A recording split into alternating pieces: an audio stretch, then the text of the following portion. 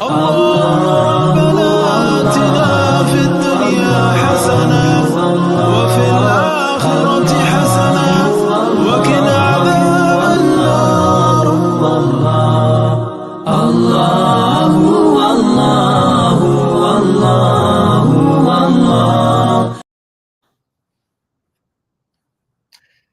Assalamu alaikum wa rahmatullahi wa barakatuhu, brothers and sisters of all shapes, colors, and sizes. MashaAllah, tabarakallah. Great to be here. Suboor, assalamu alaikum. What's going on? Wa alaikum salam. Lovely to be here. I've been following your really long streams, and that brother who's always driving around, what's his name? From Honduras. Oh my God, Neil Castro. Yeah. It's just, you know, you, him, a few others, you guys are just live, just randomly you guys are live, and I just watch. I'm like, I really like I like the energy, the bubbliness, the conciseness sometimes, and actually it feels like you're just hanging out with a bunch of friends. So well, that is, oh, you know what, I get that. It does feel like that at times. Alhamdulillah. You should have seen the last stream. Alhamdulillah. We had 2 shahadas. We also talked about Mexican food. It was just so funny. Alhamdulillah. But alhamdulillah, it's great to have you here. Alhamdulillah. Before we start, as always, Bismillah ar-Rahman ar-Rahim. Alhamdulillah Rabbil Alameen. Wassalatu wassalamu ala Rasulillah. We begin in the name of Allah, the most gracious, most merciful, and peace and salutations be upon his last and final messenger, Muhammad sallallahu alaihi wasallam. So, Suboor, I don't know if you've ever heard of this topic, evolution. I don't know if you've heard of it, right? Yeah. It's just kind of like ring a bell, maybe. I don't know. So, you know, evolution is a term that has, I think, a lot of nuance to it. And I think you'd agree, Suboor, right? There's a lot of nuance with the atmosphere of today, with, you know, I guess this day and age of information. It's also a day and age of misinformation. You understand? I think this is one of those things where, see, thing about shubahat, about doubts in Islam, there are a lot of them that I'm familiar with, but I'm familiar with how I once viewed them and how I view them now, where you have like a very surface level knowledge in something, and it can kind of really throw off your Islam, throw off your deen, throw off your iman. Just like if you just like a surface level bit of information, but when you dig deeper just a little bit, it actually sometimes not only takes away your shubahat, sometimes it actually does the opposite. It actually grows your iman, right?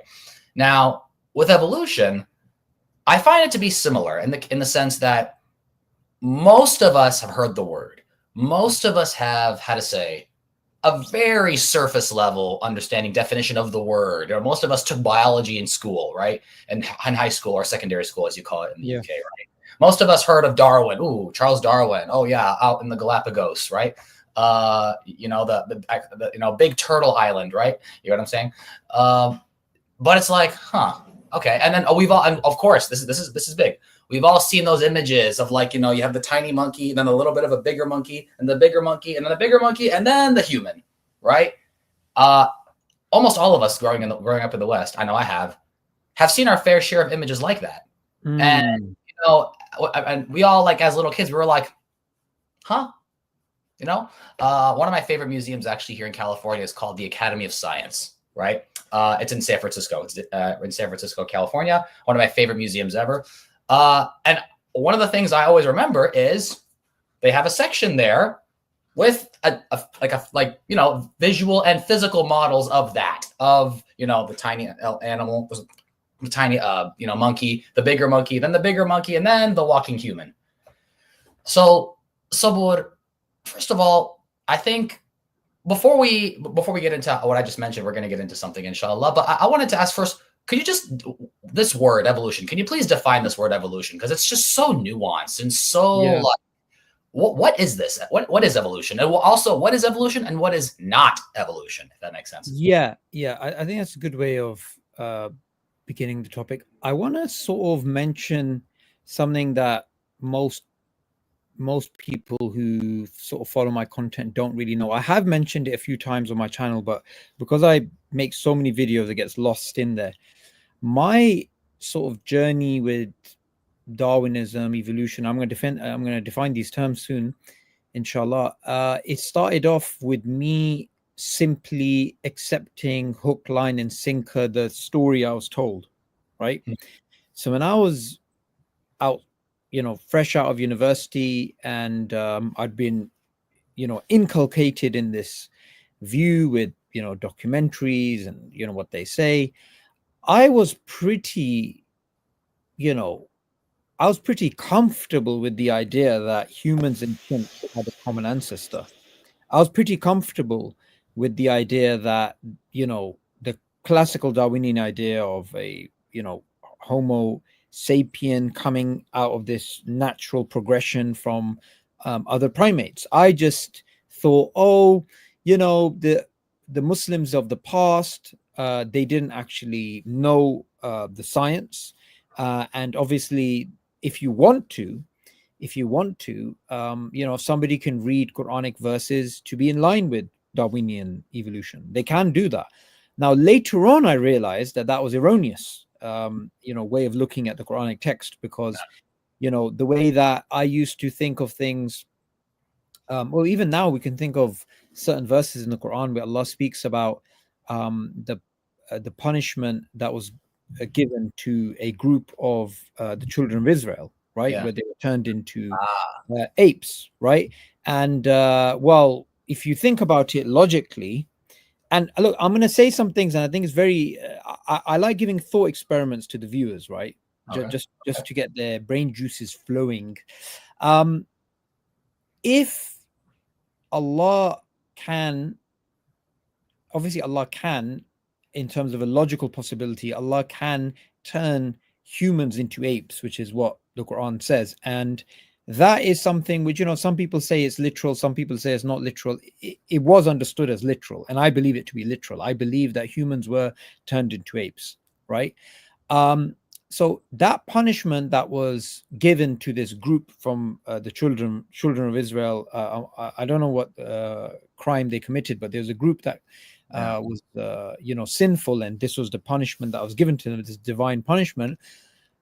Logically thinking about it, the evolutionary process and evolutionary theorists have always found it hard to explain how change can happen so rapidly, because what we see in the fossil record is faster than what evolutionary theory predicts it can be. But just stay with me here. Logically, there's nothing incoherent about the idea that Allah can turn humans into apes, or vice versa, or an ape-like creature turning into a human. There's nothing incoherent about that. There's nothing that challenges the existence of God just because someone accepts human chimp ancestry. So one of the things which was interesting is during the time of Darwin, there was one of Darwin's friends who was a believer in God, and he said to Darwin in a letter that, well, whether God creates one cell and it turns into this tree and it turns into all the creatures, and you get all those branches, humans, chimps, and everything coming together through one cell, which is a classical Darwinian understanding of history, or God creates species individually, right? He said, well, it makes no difference to God. It's the same thing, whether God creates one or God creates multiple. It's still God at the end of the day. It doesn't take away from God's greatness. Darwin was so impressed by these words. And remember, Darwin was a deist when he published the book. He believed in God when he published the book, right? He was so impressed by the words of his friend that he included that in his second edition of The Origin of Species, right? And that episode shows us that there's nothing incoherent, there's nothing atheistic about the theory itself. Now, this is going to sound very strange to those people that have been following Richard Dawkins and following these new atheists for the last 20 or so years. They've been telling us Darwinism undermines the existence of God. Darwinism is used as an argument against God. The God Delusion, the most popular book that's ever been published on the topic of atheism, even in the Arab world, it's been translated and it's had millions of people downloading it. Same in Urdu, same in other languages. In the Muslim world, in the Christian world, it's everywhere. The central argument is an argument based upon the idea that Dawkins has, that Darwinism undermines the existence of God. Now, for me, the battle, when I was a Muslim Darwinist, right? I believed in human chimpanzee history and, you know, all those things. And the battle today is actually the same. And the battle is to do with the existence of God. Wow. Because the Adamic miracle, just like the miracle of Isa alayhi salam, cannot be something you can argue for if there is no God. And Darwinism does away with God. That is their narrative. So for me, theologically, that's always been the crux of the matter. The crux of the matter is always, why is it that Darwinism gets rid of God? Now, one of the things I did when I did my research on this many, many years ago, I found out that Darwin did not believe in this new atheist narrative. Darwin was actually much more nuanced. He believed his theory, you could be an ardent evolutionist and an ardent theist. Now, the thing is, once you accept the idea that there is a God and God is not undermined by evolutionary theory, then two things happen. Number one, Darwinism is not an argument against the existence of God, even if it's true. Even if it's true. Right. Number two, it's possible for there to be miracles. Miracles in terms of the origin of life, miracles in terms of the origin of language, miracles in terms of the origin of consciousness, miracles in terms of Jesus and Adam alayhi salam. These could be miraculous interventions in a natural process.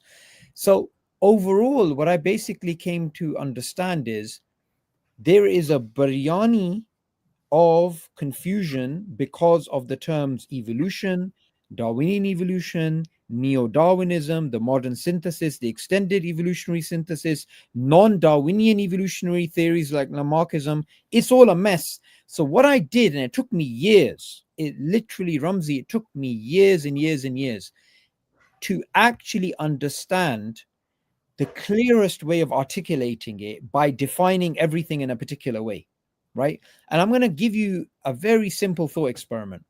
Okay. Say right now, I am, I start feeling like I'm having a heart attack, right? I'm just like, oh, my chest, oh, you know, I'm having a heart attack, right? And I call out and I say, is there a doctor in the house, right? And then right there, right, somebody kicks that door open, comes in, and it's actually Muhammad Hijab. Yeah. He's like, I'm a doctor. I'm here to help you. And I'm like, you're not a doctor. He's like, I am a doctor because I'm getting a PhD in theology from Birmingham University, which he is, right? And I say to him, listen, my heart's killing me. Yeah. I need a medical doctor. Now, what's happened here is the word doctor has been misused.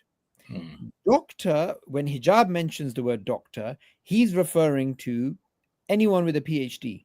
When I'm referring to a doctor, I'm referring to a medical doctor.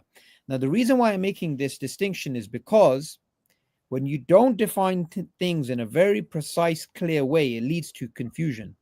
Evolution as a basic idea is well known. It's been written about, philosophized about, discussed for millennia. Evolution is a fact. We know things adapt to their environments. We know the fossil record today is very different from 1,000,000 years ago, from 100 million years ago, from 500 million years ago. We know that life itself is very different at different stages. We know that human beings can actually be involved in evolutionary processes. We know other organisms can be involved in evolutionary processes. We know that we can adapt to the environment, which is Darwinian evolution. We also know that we can adapt the environment to our needs, which is non-Darwinian evolution, right? So the first thing I always like to do is differentiate between evolution and Darwinian evolution. And the reason why I do that is because Darwinists will use the evidence for evolution as evidence for Darwinian evolution. But Darwinian evolution is very different. Darwinian evolution is the idea that all of life evolved because of two primary factors. The first one is random mutations, and the second one is natural selection. So natural selection plus random mutations created all of life. As Richard Dawkins says it created us body and mind, right? Now, I can show you right now in the lab that if you apply antibiotics to certain organisms, that those organisms will develop resistance against them. Bacteria will adapt, right? And funnily enough, it actually adapts in a non-Darwinian way, but it can also adapt in a Darwinian way. We know that the organisms which are fitter survive. So we know natural selection as a process exists, but what these guys are saying is that that process which we see in the lab, that small process, it explains the human brain, it explains the human eye, it explains the invisible octopus, it explains the dancing bee that comes back into the hive into a wriggling eight shape and tells the other bees which direction to go get the pollen. It explains how termites can make these massive colonies with air conditioning, and ants have laws of apostasy, and they have wars and battlefield medicines and all this crazy stuff. The problem is Darwinian evolution does not have the evidence that it needs to make the claims that the people who subscribe to it want to make, which is the idea that all of this is due to natural selection plus random mutations, right? And that is the crux of the issue. Now, I want to go over one more definition, which is very important. Yeah. It's the definition of the formal fallacy of equivocation, the fallacy of equivocation. Okay. Equivocation is exactly what happened between me and Hijab, where I'm saying the word doctor and he's using the word doctor, and it's not equivalent, right, but it's being used in that sense. When I ask a Darwinist an evidence, a piece of evidence for how is it that our brain has the functionality that it does, how did this develop, how did this generate, how did any of these things happen? And that Darwinist says, well, you see, what we understand in the lab is that when we apply antibiotics to medicine, to bacteria, then bacteria which are more likely to have the adaptive features to survive, and others don't, and those are selected. And then they'll give examples of sheep. You know, in the winter it gets extremely cold, you have sheep and they have a random mutation when they reproduce, and that random mutation leads to one of the offspring having thicker wool than the other. That random mutation leads to a adaptive feature, which then, as it gets extremely cold, all the rest of the sheep die. This sheep lives on. Natural selection plus random mutation. That basic observation, which we see, is used to explain the brain, is used to explain everything else, which is why the other biologists, which are a minority, by the way, they say Darwinism does not explain the survival of the fittest, right? Sorry, it doesn't explain the arrival of the fittest. It only explains the survival of the fittest. It only explains as a background process, okay, if you're fitter to survive in your environment, then you will survive. It's not that powerful as a theory. It facilitates when adaptive features come, but is it really the case that these come through random mutation? So there's all this disagreement that happens, right, amongst biologists about neo-Darwinism. Now still, and I had this debate in Speaker's Corner 2 days ago, where, you know, there was this guy who was saying to me, well, what you mentioned, the National Academy of Sciences, you know, they have their museum, they have their whatever, you know, 99 or whatever % of them, or all of them believe in basically Darwinian evolution or whatever it is, right? And I said to him, well, it doesn't need to be like, you know, they have 2,000 people and whatever number of Nobel Prizes. I said, it could be 200,000, right? It could be 2 million scientists. It could be all the scientists in the world believe in neo-Darwinism. That doesn't mean it's a fact. Yes, it's a valid theory, but it doesn't mean it's a fact, because for it to be a fact, number one, you need that empirical evidence. And right now we have, you know, a lot of problems in terms of the lack of evidence that the Darwinists actually have. And secondly, science is not about absolutes, right? It's not about absolutes. Science always changes. There's always paradigm shifts. There's always these absolute what they say gestalt shifts. The way to describe it is, have you ever seen an image which looks like a duck or a rabbit, and when you look at it from another perspective, it's like a woman with a hat? It's like an illusion, right? On TikTok all the time. Like, do you see a guitar, or do you see hands waving? I've seen those. Yeah, two faces looking at each other, or a vase, right? So this is known as a gestalt shift. Yeah. When you're staring at something and you're like, it's a vase, it's a vase. Yeah, I'm sure it's a vase. Then you think, and it switches. The image switches in your head, right? According to some philosophers, that is the way that scientific theories compete with each other, right? They're literally paradigm shifts. The same evidence, the exact same evidence, can fit an alternative theory. Interpretation. Almost equally, right? So one of the things that I do is the new atheists and the skeptics and these people, they're all about, look at you religious people with your certainty, and we're not certain about anything, and we're open-minded. And I'm like, well, okay, that's great. Let's be a little bit open-minded about Darwinism, and let's look at these conceptual problems, these scientific problems, these philosophical problems. Oh, you're a science denier. It's like, wait a minute. You want to be skeptical about everything. You want to be critical about everything. Well, why not be critical about something we've been hearing as children?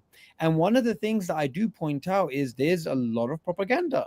There is a lot of propaganda.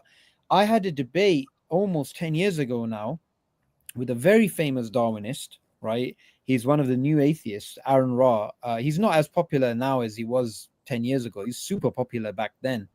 He was right at the forefront with Richard Dawkins and all these guys. And if you go back and watch that debate from 2016 in Texas, you will see that's exactly what Aaron Ra did. When I'm asking for evidence for Darwinian evolution, he's giving evidence of evolution.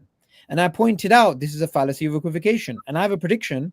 I have a debate upcoming, inshallah, with this fake charlatan who calls himself Professor Dave. I guarantee you, and I'm saying this right now, and I even told him in an email to watch the debate that I had with Aaron Ra, because I'm going to use the same argument. He is going to do that.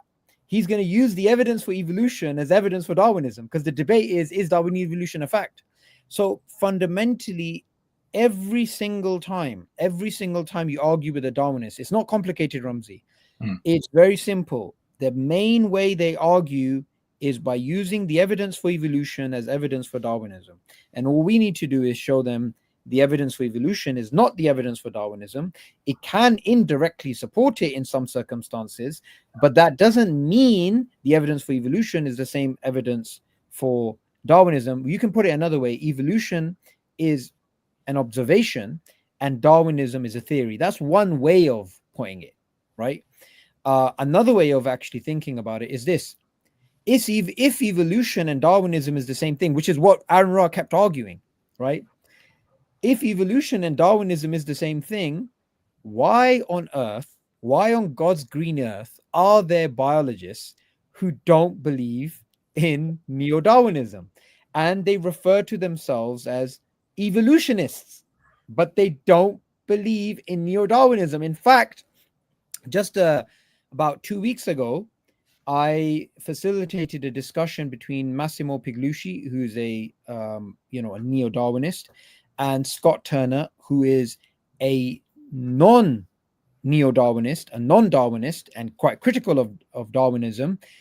And he believes in the third way of evolution. He's an evolutionist, but he's not Darwinist. You can go see the debate on my channel. Now, I'm not even picking a side and saying neo-Darwinists win or third way of evolution guys win. I'm not even picking a battle. All I'm simply saying is evolution is not the same thing as Darwinism. These are two different things. And the evidence for one cannot be used as the evidence for other. But by the way, no matter how many times you clarify this, the die-in-the-wool atheists will still say the same thing. They will not change their minds because it's the only argument they fundamentally have. But obviously, much more credible, much more academic Darwinists like Piglucci, and there's obviously others as well. They'd be very open and honest and direct. But it's people like Aaron Ra who they love to conflate these things because they're propagandists at the end of the day. They're not academics like these other guys. They're propagandists at the end of the day, and they're there to essentially get people away from God. Because why is it that the people arguing for Darwinism also happen to be militant atheists? Is it just a coincidence? Right. That's something to think about. Subhanallah, that's so I think it fundamentally boils down to this: the conflation, whether it's intentional or unintentional, the conflation, the false equivocation between, as you said, between Darwinism and evolution. Darwinism is one theory of evolution, but Darwinism is not, or excuse me, let me rephrase that. Darwinism is Darwinism is a theory of evolution, but evolution doesn't necessitate Darwinism. Bang. Right? That's okay, it. beautiful. Okay, That's beautiful. Done. So could you just and the most important thing, Ramzi, is this: Darwinian evolution, third way of evolution, they're both against intelligent design. They don't, they're both naturalistic ideas, right? As in they just believe in nature. However, evolution, whether it's a Darwinian theory of evolution, non-Darwinian theory of evolution, or just evolution itself, right, does not undermine the existence of God. This is the most important thing. If somebody was to put a gun to my head and say, we're going to delete all of the information you've ever spent talking online about evolution, and there's only one short you can make, like a 30-second short, what would you say? And all I'd simply say is evolution does not undermine God. And since evolution doesn't undermine God, then it's possible for there to be a reconciliation theologically between the observations that we have in science and theologically what we believe, right? Like I said before, if we can show that evolution doesn't undermine God, then the Adamic miracle can be justified theologically, not scientifically. It cannot be justified scientifically. It can be justified theologically. Number two, many of these Darwinists, right, they want to argue for morality using Darwinian theory, but we can argue for morality using God. They want to argue design is undermined by evolutionary theory, and we can say no, design is not undermined by evolutionary theory, because design is something which at the most cutting edge of science, design is not undermined by evolution. Now I just want to give two resources which are really going to help people. The first one is a discussion I had with Professor Jeremy Pritchard from Birmingham University, and he's an atheist, he's a biologist, and the discussion was about, does evolution undermine God? And me and him both gave different presentations, but we converged on the idea that actually it doesn't undermine God. Please go have a look at that, because that's obviously a narrative that needs to get out there. So that's actually, you can find that on a few channels, including my channel. Does evolution undermine God? The second one is Professor Erkki Kajonen, who is a academic who's focused his career on writing on evolution and creationism and God and these things. And I just did a live stream with him 2 days ago on his book, The Compatibility of Evolution and Design. And in that interview and in that book, what you're going to see is all of the Darwinist arguments against design are refuted, and all of the other sort of problem of evil arguments, God of the gap arguments, all of those have been decisively refuted. Now, Erkki Kajonen believes in human chimp ancestry. He accepts the tree of life, accepts those things, but we can use the design argument the way that he's actually framed it. Is actually a very powerful way of framing it. So the reason why I want to give out these resources, even though the academics that I share platforms with, I don't see eye to eye on all the areas, especially when it comes to human chimp ancestry. However, it's important to know that all these discussions are out there, because sometimes what these Darwinists try and say is, well, it's just you sitting in the Sapiens office just pretending like there's any issues, right? When all of academia is in unison, is in this, they're all one homogenous group, which all believe Darwinism undermines design, which all believe that science leads to absolute certainty and all these types of things. And my point is, actually, that's not true. In fact, if anything, Dawkins is misrepresenting science. Dawkins is misrepresenting philosophy. And I just want to highlight one more thing, because sometimes when I'm speaking, I forget because there's too much information going on in my head. Michael Roos, was a Darwinist. He was a incredibly important person. If I have a shelf here with all my evolution books, so I'm sure I'm just going to randomly see one of his books, right? So this guy, Michael Roos, if you want to understand the Darwinian, if you want to understand Darwinian theory, if you want to understand biology, you won't be able to get someone better than him in terms of the publications he has, the research he's done, the respect he has. Just as one example, it's somewhere around here, but the book. Oh yeah, here we go. So I told you, as soon as I just turn around, I'll just find one of Roos's books, because he's just so here's a book I interviewed him on, Darwin and Design. There's also another book that he's written, the Oxford University Press's handbook on the philosophy of biology, right? Which is an anthology, which is really thick. It's got all these different people, and it's been edited by him. Like, the guy's a pure Darwinist, right? What does he say about Richard Dawkins' God delusion? He said about it, Dawkins' God delusion makes me embarrassed to be an atheist, right? And when I interviewed Michael Roos before he passed away, he just passed away a few weeks ago. Oh, wow. When I interviewed him earlier on this year, and I asked him, you have this different view to Dawkins, and you're both Darwinists, you're both atheists, right? But, your view, his view is very harsh, right? He sees Dawkins as somebody that wouldn't pass, first year undergraduate in philosophy if he handed in his book. And Dawkins calls him, in the God Delusion, he calls Michael Roos the Neville Chamberlain of our time, right? Neville Chamberlain was a prime minister in Britain who appeased Hitler and the Nazis. And, he's just seen as the embodiment of weaselness and cowardice, right? So anyway, I asked Roos, like, why is it that you have this perspective on, evolution and God, and he has this perspective? I mean, you have very different perspectives on God delusion, all these types of things. So I asked, look, what's the problem? Is the problem fundamentally epistemology? Epistemology is the way you look at the world. Is the problem fundamentally that Roos takes science and philosophy and mathematics, logic, he takes epistemology as broad, and Dawkins takes it as essentially science? So he's affected by what's known as scientism. Everything has to be explained via science, right? And when I put this to Roos, that is it the issue that Dawkins is just affected by scientism in a way that you're not? He basically said yes. And then he went on in that clip to just basically start cussing Dawkins about how he's deluded because he's sold so many books and he's so bloody awful, right? The reason why I keep referring to these types of figures in reference to the God delusion is because people have forgotten, and especially, I'm in my 30s. If you're probably in your 20s, you probably have no idea how important the God delusion was for our era. When we were growing up, right, the God delusion was literally everywhere. It was on TV. There were documentaries being done by BBC. Dawkins was doing these conferences all across the world.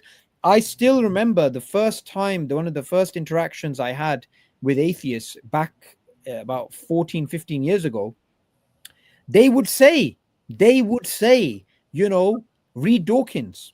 John Fontaine, who you probably know, right? Another famous da'i. The way me and John Fontaine met was that I was walking around in Manchester town centre about 12 years ago, right? And there's a whole bunch of Qur'ans which were thrown on the floor. They were thrown on the floor. And there was a white guy in a suit picking them up. And I'm thinking, what the heck is this, right? So I went to go help him pick them up. And what happened was, that was John Fontaine, and that was his dawah table, and he had a bunch of Qur'ans on there. This atheist walked past and said, Dawkins is God, and he just went like this, and he just threw all the Qur'ans on the floor. That is the aggressive, militant atheism that we grew up with, that you didn't see.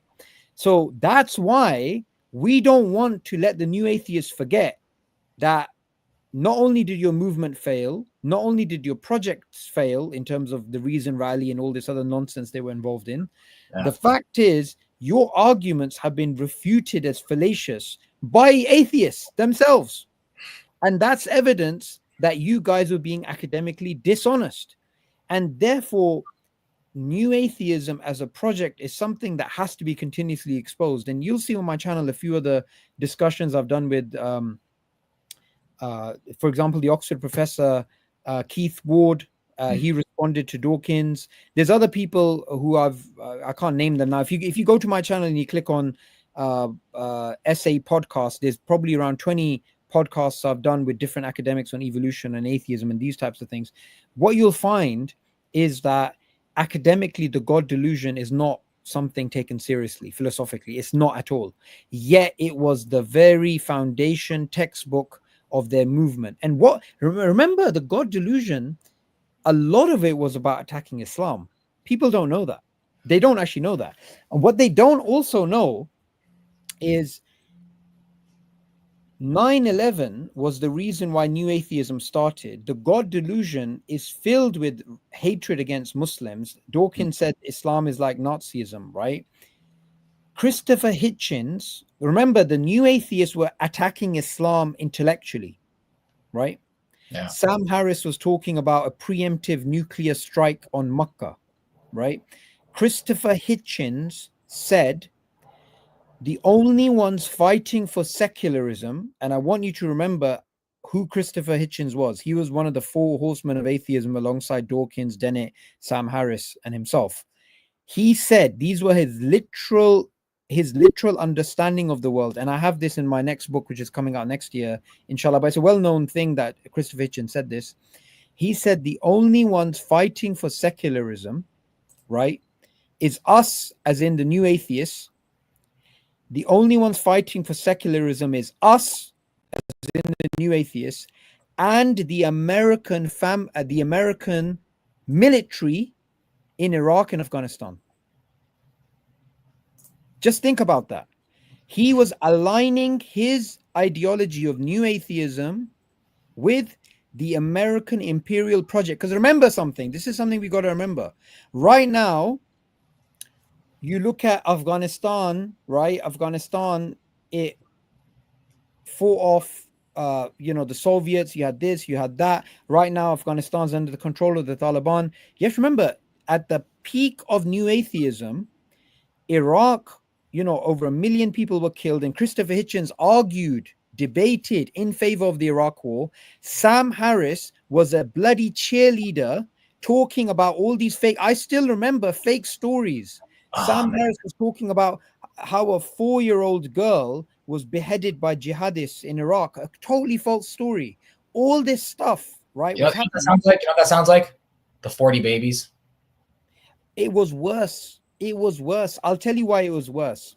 The reason why it was worse is because the power that the Americans had in Iraq, the free hand that they had in Iraq, is something that you could say the Israelis may not have, because they don't have that many weapons compared to what the Americans had.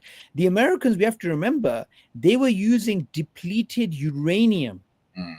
They used that in the first Gulf War. We know that there was an incredible, if you look at the footages, I still remember when they invaded Iraq, the bombardment that they did to that country. They used it as a dumping ground for all their Cold War era dumb bombs, right? You had B-52s that were flying over Afghanistan, leveling entire villages to the point. And if you have any friends from Afghanistan, ask them this, because this is something they'll be able to verify. I have loads of Afghan friends, and there's crazy stories that came out of Afghanistan. I actually grew up in a predominantly Afghan community, actually. So you would know this, right? Yeah. Entire villages were wiped out to the point that how are you going to do janazah when everybody is basically pretty much killed? So new atheism was a justification for the imperial wars that the West launched against the Muslim world. Now, obviously, the West, I'm referring to the governments, because most Western people, I don't think I'm generalizing here, but I don't think I'm simplifying here, but they were anti-war, I believe.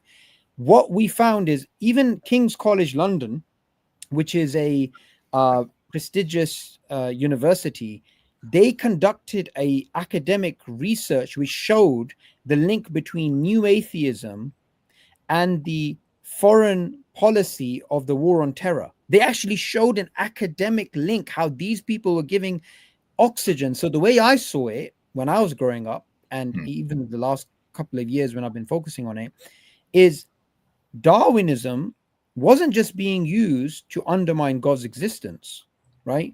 New atheism itself was being used to undermine Islam. And a lot of their attacks, a lot of their focus was purely upon Islam.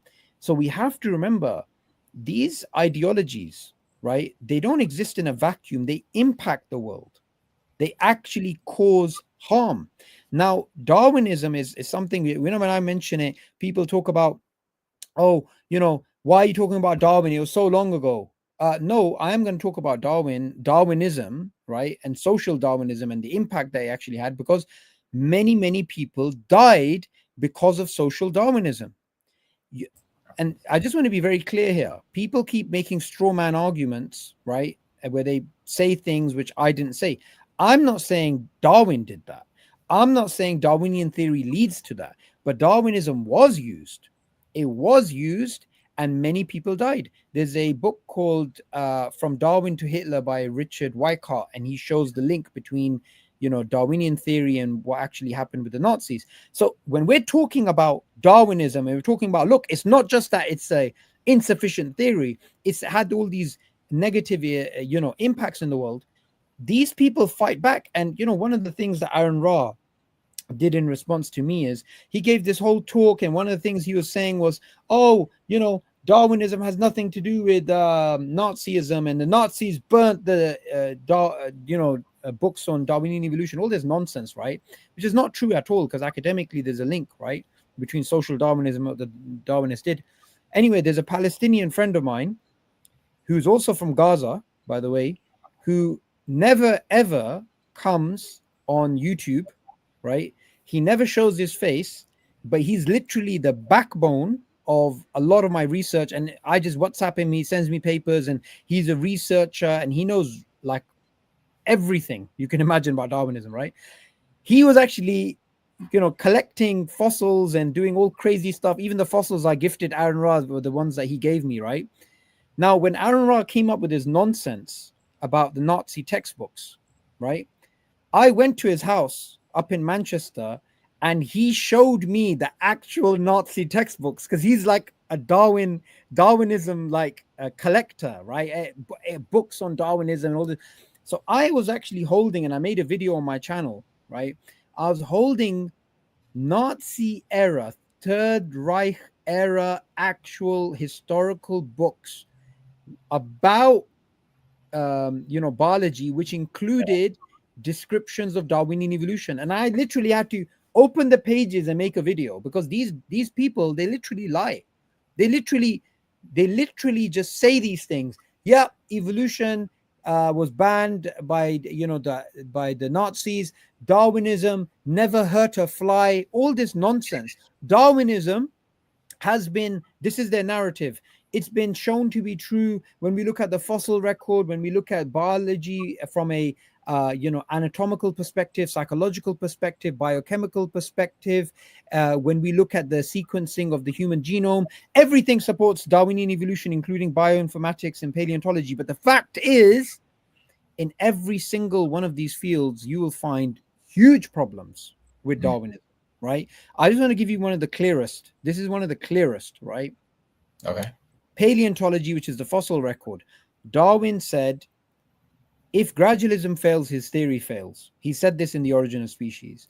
We found in the fossil record, paleontologists, the ones who go around studying fossils, found that gradualism doesn't exist in the fossil record. You get these massive eruptions of biological change. What does that mean? When you say gradualism, what does that mean? Okay. Remember going back, I spoke about natural selection plus random mutations, the sheep example, right? The sheep example. Or the way that Michael Ruth gave a funny example, right? He gave the example that, it's just funny because when I first had him on the live stream, I had him a couple of times. One of the first things he said is, all my life I wanted a beard like yours, right? So he gave the example of the beard. He said, well, if there's a bunch of Suboors and their beard causes more women to be attracted to them, then they're more likely to reproduce, right? And the next generations are going to have more Suboors. Like, he gives a really funny example, right?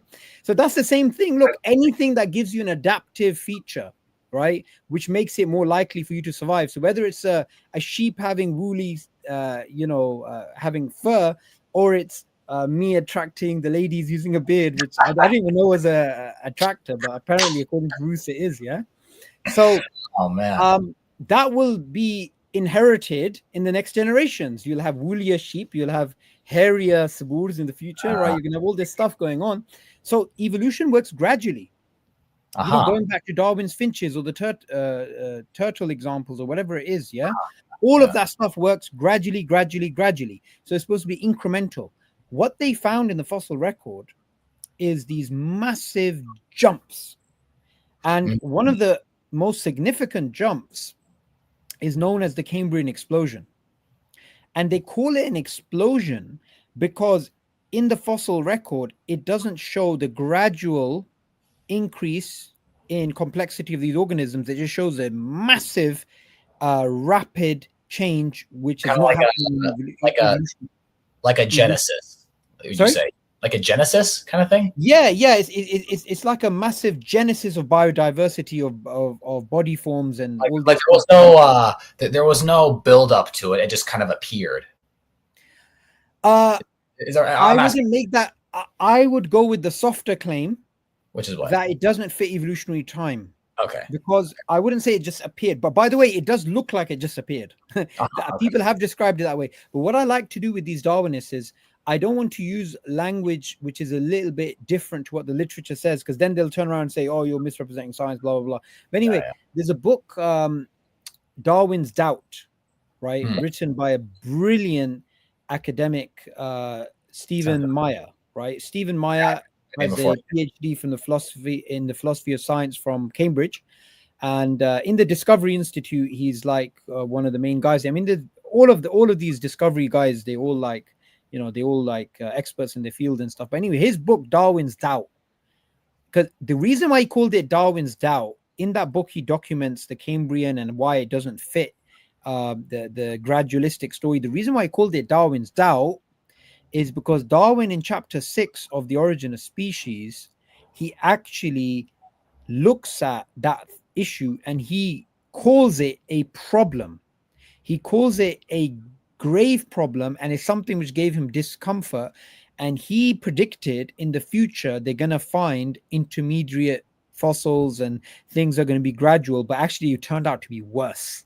Could you emphasize why it was a problem when that wasn't discovered? Why was it a problem when what was the word you used?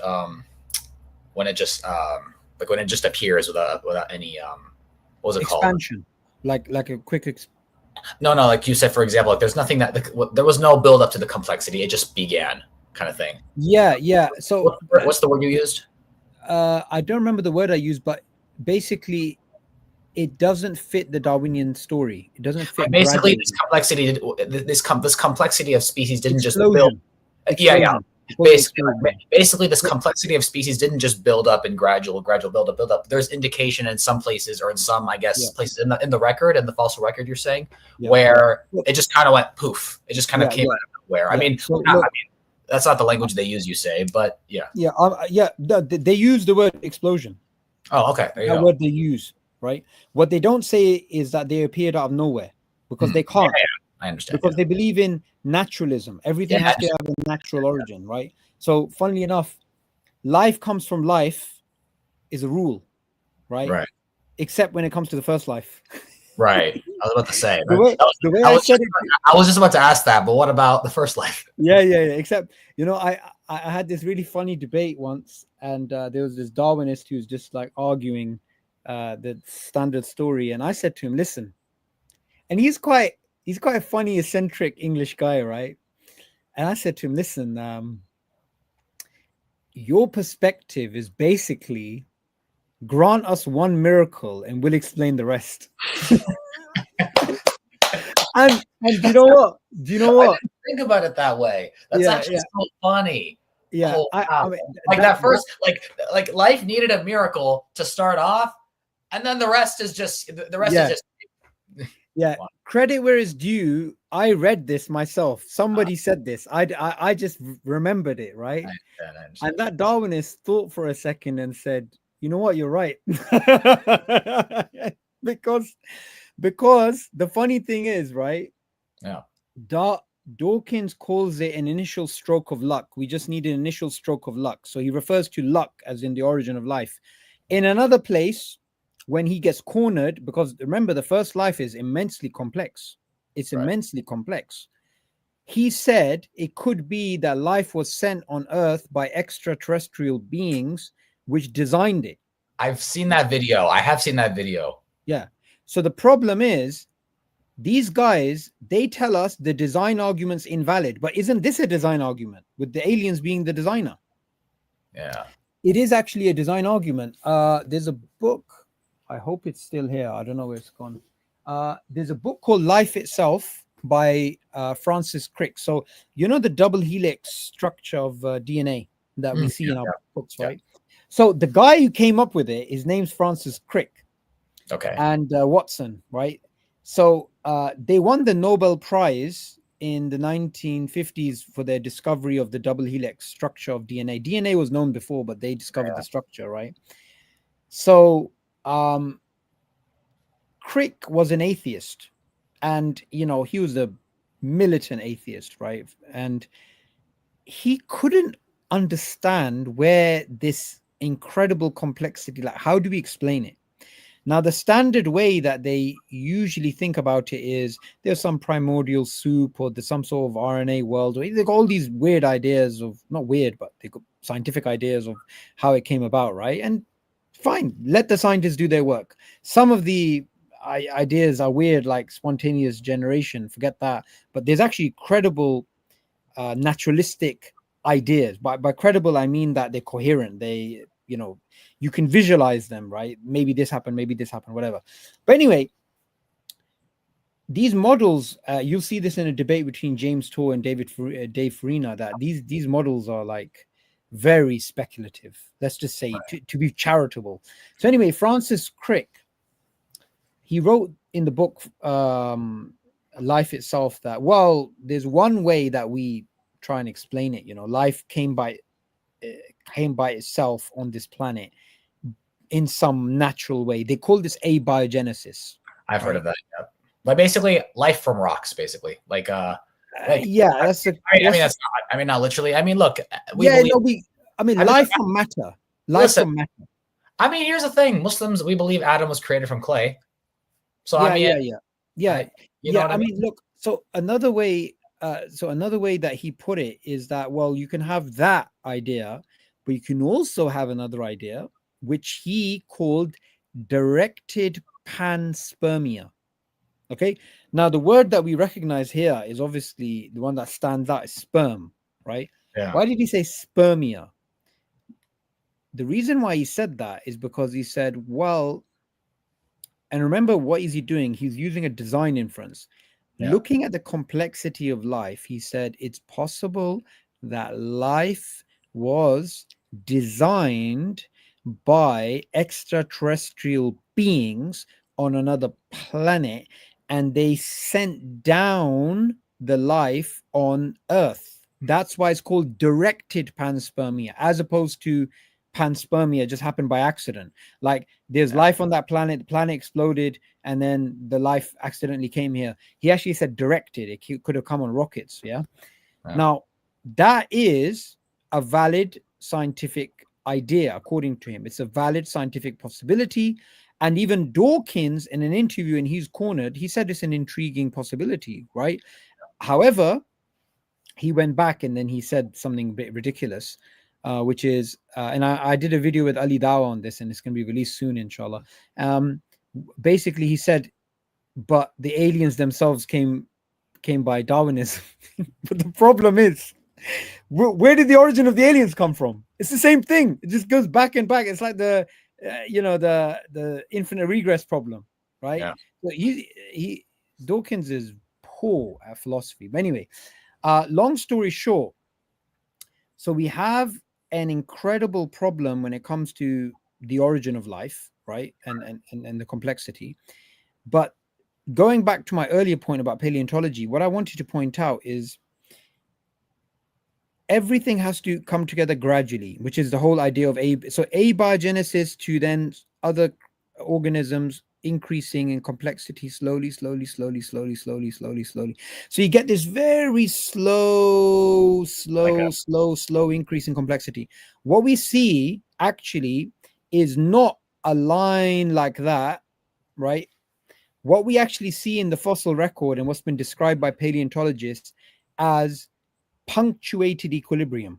You get these massive punctures in complexity. So things are like getting complex. Like, then you have things remaining static for a long time. Then they become complex again.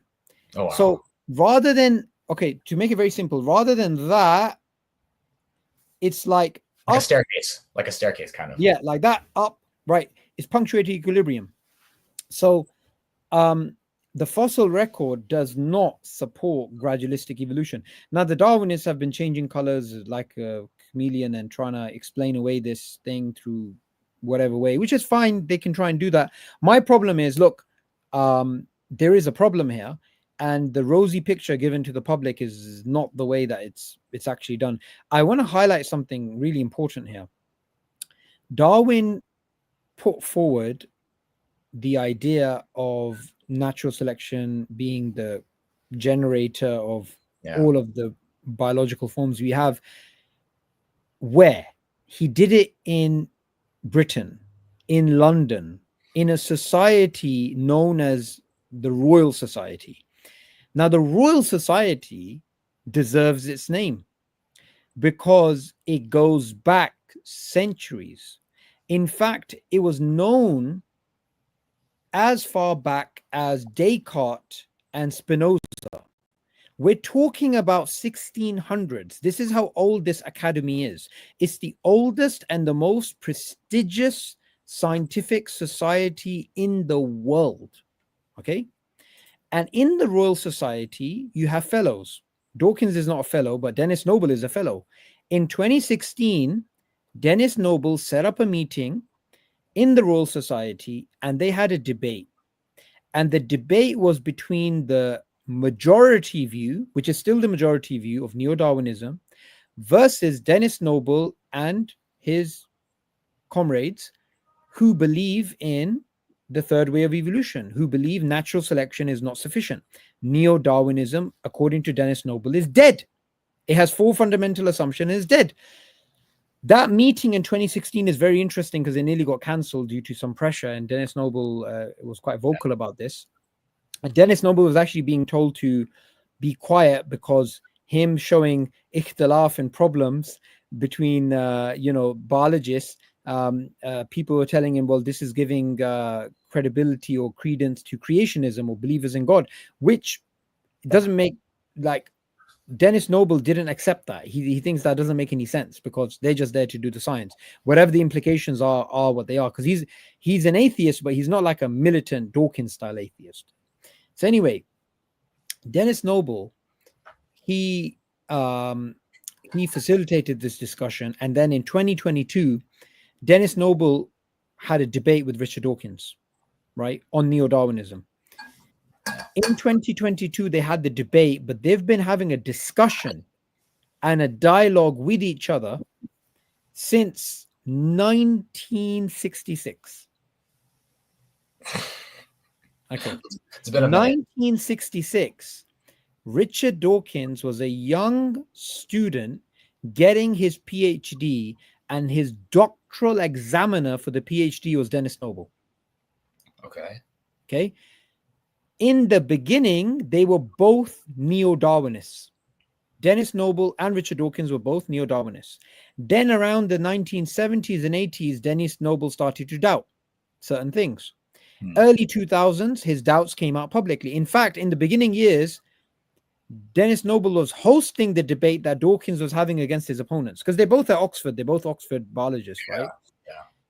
And then when Dennis Noble came out in the early 2000s, and he started challenging neo-Darwinism, which, by the way, in interviews online, he said the reason why he was able to challenge neo-Darwinism after he retired was because it wasn't going to affect the funding of his students, because there's Oh, money wow. involved in neo-Darwinism, right? Wow. Through the Human Genome Project and all this stuff. Anyway, he released his book, The Music of Life, and his book, Biological Relativity, and then his book, Living Systems, which just came out last year. They had a debate. Go watch that debate as an academic debate. You know when these debates are happening in Speaker's Corner, you're debating these people, right? Right. You get 100,000 views, 200,000 views, whatever, right? Academic debates barely get 5,000. Yeah, I can imagine.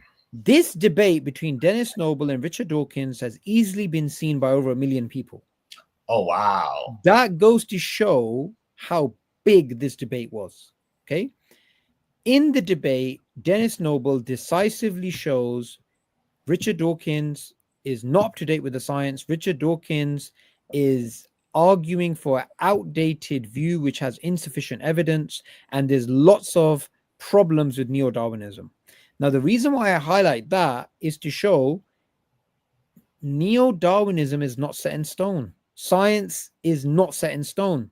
So why on earth would you write a book in which you would use neo-Darwinism as an argument against God, when neo-Darwinism as a scientific theory, which I've never said that, you can't, like, I believe it to be weak, but it's the best scientific naturalistic theory. You can say it's the best, but you can believe it to be false still. You can hold these two things. They're not contradictory.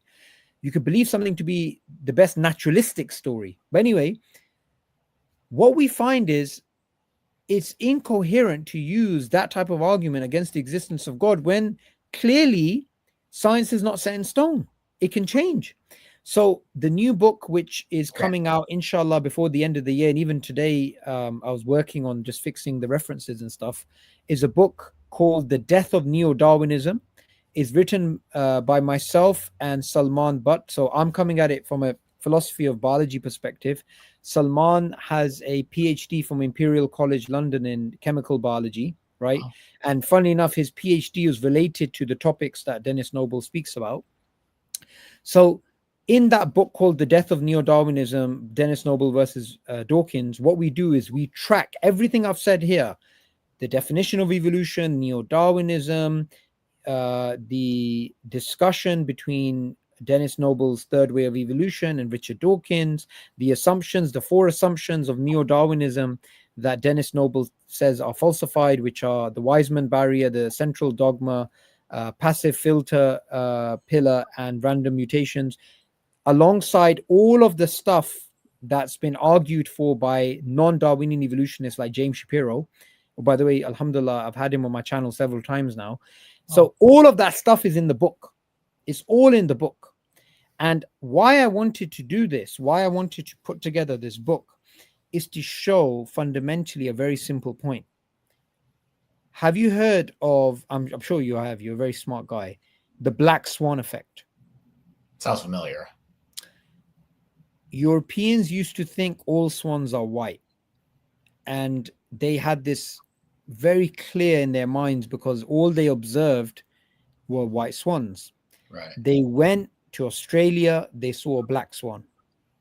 So this term became popularized, the black swan effect. Essentially what it is it's summarizing the problem of induction. Induction is the idea that you look at observations and you come up with a theory, you come up with a conclusion, but you cannot take account of all observations ever. So you can always discover something new which challenges your previous theory, in the same way you discover a black swan which challenges white swans, right? In the same way, we should never think a scientific theory, number one, is the only explanation of the phenomena, because that's not the way science works. This is known as the problem of underdetermination. You can always have different inferences based on the same data. 2, you can always have a new observation which challenges your previous theory, which is exactly what's happened with neo-Darwinism. There's been lots of new observations which have shown that it's insufficient. So you should never use something like that as a baton against the design argument or against theism, because ultimately science will always change. Look at Newton's idea of the universe, his clockwork universe, his mechanistic universe. the very clean idea, where is this planet going to be in 6 months from now? You sit down, F is equal to ma, you do all your little calculations and you make a prediction. 6 months later, you go out and observe using a telescope and you find the planet is there. Newton's theory works. We went to the moon based upon it, yet it breaks down.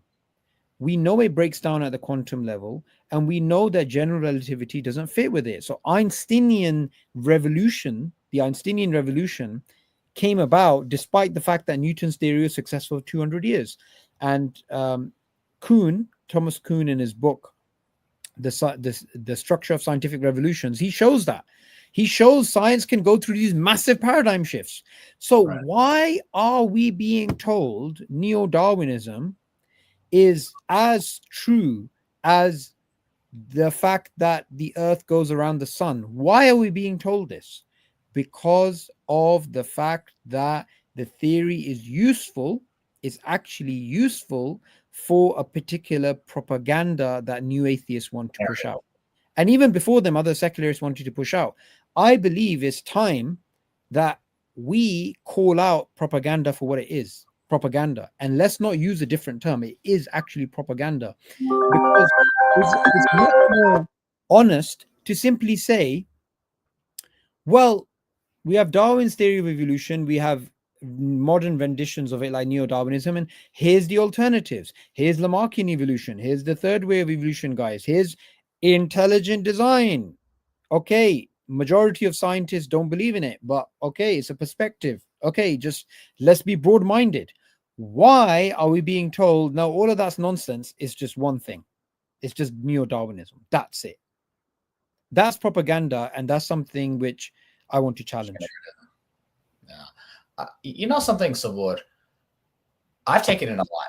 I've taken in a lot today. This is very, very useful. And, you know, of course, I think, to be real, it'd be very difficult to do justice to this topic in one stream. Oh, yeah. However, I think a lot of people might say, wow, so there's a lot. So remember at the very beginning, I said very surface level of this, like knowledge of this could easily maybe trip someone up, but just digging a little bit more below the surface really unveils a lot of nuance that otherwise gets left out by the people pushing forward this narrative, pushing forward the Darwinist narrative. I think, however, and I mentioned this to you before we started the stream, this video you did with a brother, I think will probably be familiar to a lot of us. It's a short video, but I think it kind of sums this up, because this is one of my favorite videos. One of my favorite videos on the topic of evolution that you did with another brother, and I think maybe it'd be useful if the audience saw it. What do you think? Yeah, I think so. Yeah. And by the way, if you ever want to pause it or explain at any point, just let me know. But it's a pretty easy to understand video, if you ask me.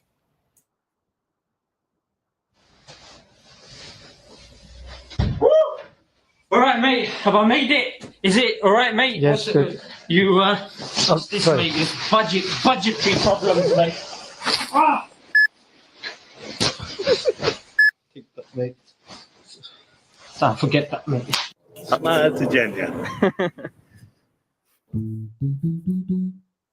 So wait, all right, mate. All right, who's this bloke? What's his name? What's your name, mate? Suboor. Sabah. You called me like 5 minutes ago. I called you 5 minutes ago, Sabah. Let's start this show. All right, Sabah. So terrorism, mate. But no, we're here to talk about evolution. Evolution? Yes. That's a change. We don't normally do this. We call these guys about terrorism and stuff. So I got many problems with Islam, as you probably already know, yeah? So terrorism, women's subjugation, selling things and not giving discount in your curry shops. I got many problems with Islam, yeah? One of the problems I got is evolution, mate. You guys are stuck in the Camel Age days, mate. Don't even agree with evolution. How are we going to move forward from that? It's down to you. Okay, we do agree with evolution. What? Okay, let me just explain. Evolution simply means change over time. Bacteria evolves all the time. That's why we have superviruses. We have the bulldog and the chihuahua. They both come from a common ancestor. So evolution is an observation nobody disagrees with. Muslim, Jew, Christian, atheist, nobody disagrees with that. Darwin's theory of evolution is a scientific theory. all right? And no scientist in the world even calls it absolutely true. So we Muslims also say it's not absolutely No true. scientist. No. You will not find any scientist or philosopher of science. Philosophers of science are the people who study how scientists come to conclusions. They will call it a scientific theory, but no one will say it is absolutely true. Because it can't be.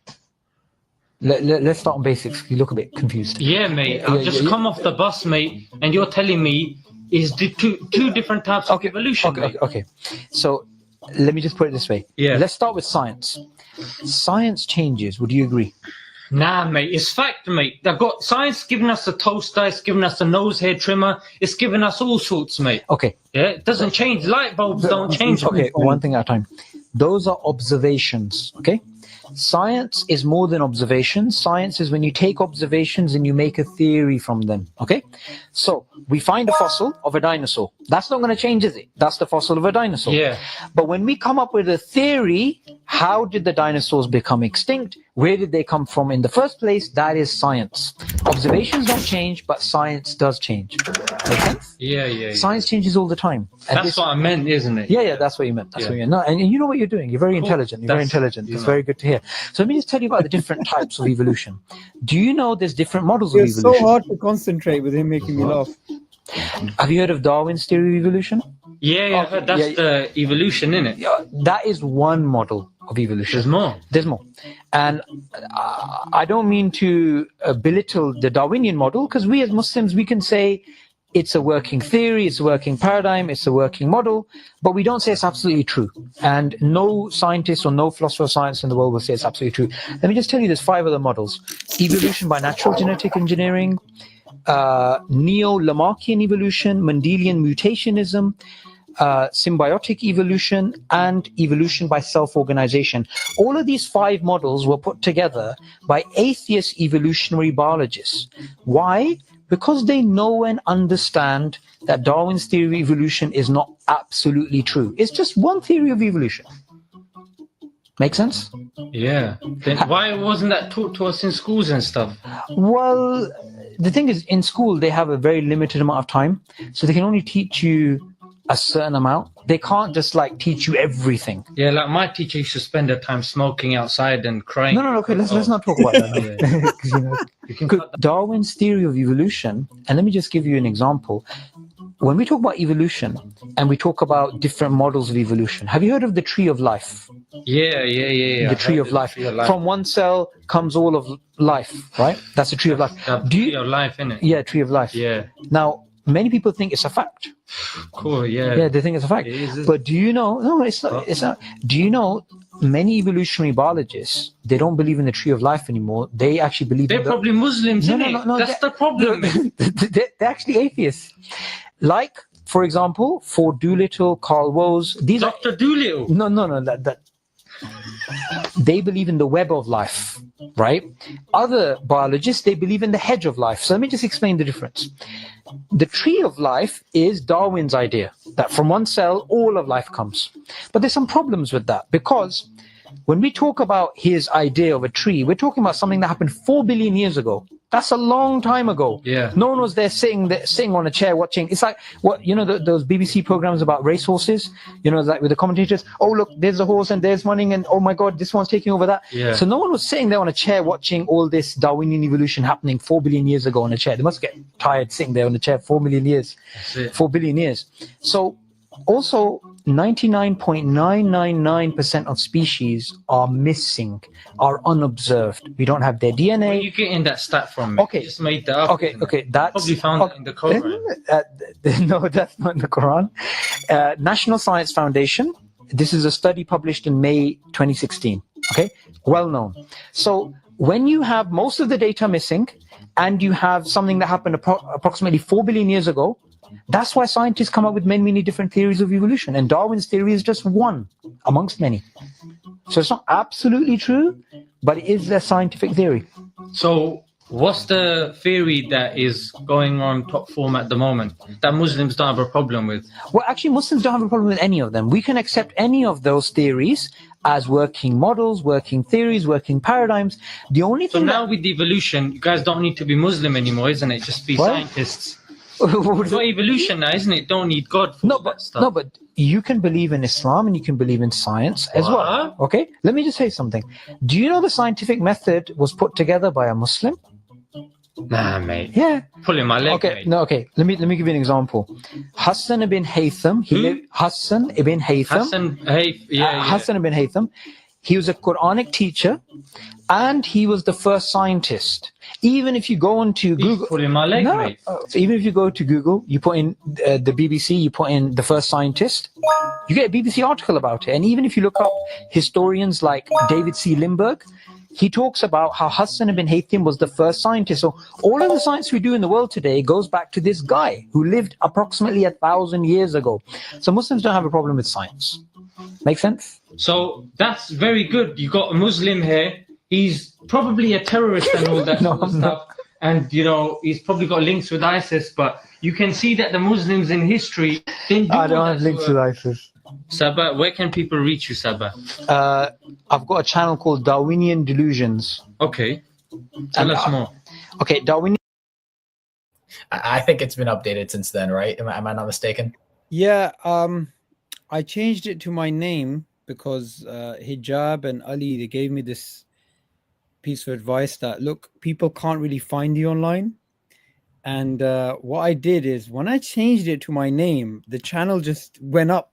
Like, it was such a small YouTube channel. When I changed it to my name, I really, you know, I'm really bad at marketing, right? I mean, my marketing brain isn't really that. I mean, there's a science to it.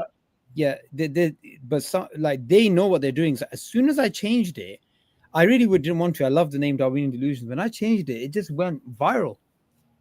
So I you're Suboor, man. You're Suboor Ahmed. What can I say? Yeah, but I used to be called Mr. Darwinian Delusions. being called Mr. Delusions. That's a good one, mashallah. That was really funny. You know, I actually used to have a T-shirt. I designed a T-shirt, which had a boat on it, like a really old boat, and it had like old sailors' boat, right? And it looked like vintage type. Not retro, like vintage, like really old, yeah. And so it said, Darwinian Delusions established 1859, and the boat was the Beagle. It was really good. I was really proud of that. Subhanallah. I need to find it. Okay, right here, 1 second. Dawah Trucker here. By the way, this is Brother Neil Castro, by the way. You mentioned him. Oh, Neil.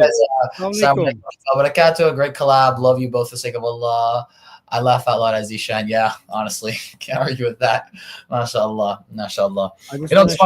I just want to show off my logo. Can you see it there? Yeah. Wait, let me make that big. Wait. Oh, mashallah. You there. So you can see established right at the bottom there. You can see, you know, like those established 1859. Gives like Christopher Columbus vibes. You know what I'm saying? Yeah, that's what I wanted. Yeah. I see. All right. You know, Suboor. All right. So, what do you say about this? Because we don't have a ton of time left. What do you say? I actually have class in a few hours, but what do you say about maybe putting the link out and allowing maybe a couple of guests to come on? Maybe if they want to make an argument, if they want to. Yeah. You know, just give their take on what's going on. Non-Muslims, obviously, preferably. That's fine. I mean, I have some time, so it's fine. Yeah, alhamdulillah. Perfect. So, just a reminder to everyone: if you're going to come on the stage, you have to be above the age of 18. When you're backstage, you're going to have to turn your camera on for a couple seconds before you turn. You can turn it off before you come on stage. That's totally fine. But I am going to have to see your face backstage for just a couple seconds. You all know the drill. Okay. All right. Here we go. Link is out, and I'll go ahead and pin the link. Perfect. All right. Alhamdulillah.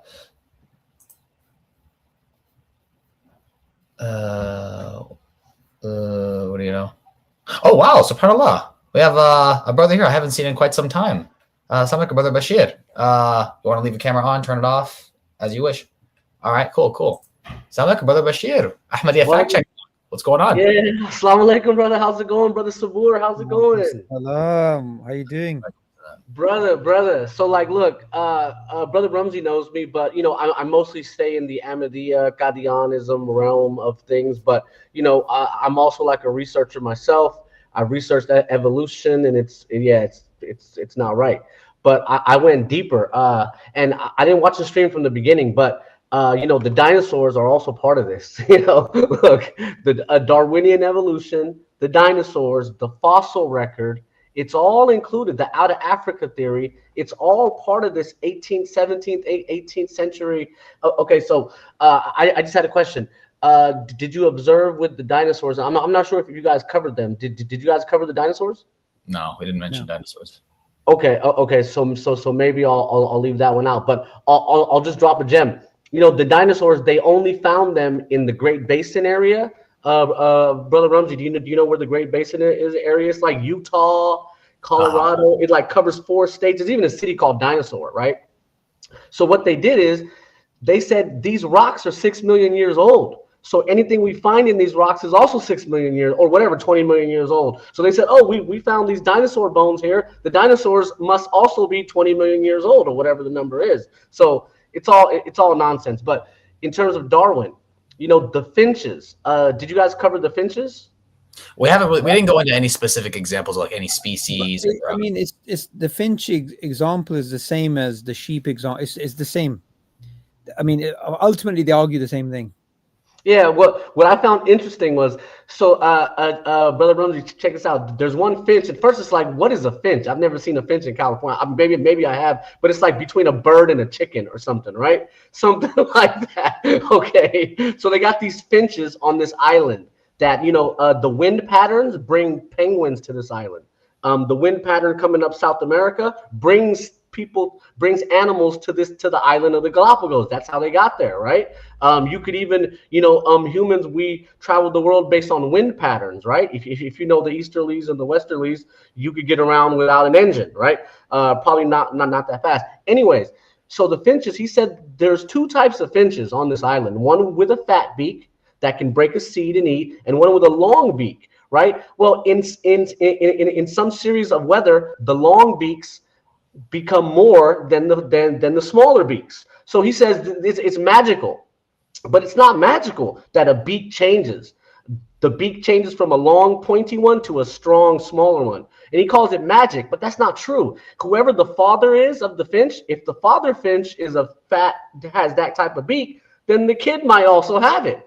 So it's totally ridiculous. I went through it, and I just find it to be preposterous and not responsible for these so-called scientists to come up with these silly ideas. And then now, even as a kid, I grew up in California, they told me the exact same thing. So just one quick observation, Brother Rumsey. I'm not sure if someone else is waiting, but yeah. We do have somebody who can do that. Yeah. But may Allah bless you. Bashir, I appreciate you being on here, man. It's Can I? Yeah. Yeah, I just wanted to add something about dinosaurs. Somebody said to me once, well, why aren't dinosaurs mentioned in the Quran? And I was like, that's not an argument for anything. Like, that doesn't make any sense. Was that person an atheist? Yeah, I mean, they use this type of thing about why aren't there dinosaurs in the Quran? The Quran's supposed to be such a great book. The Quran is there to tell you to worship Allah. Allah doesn't say use this book as a scientific book.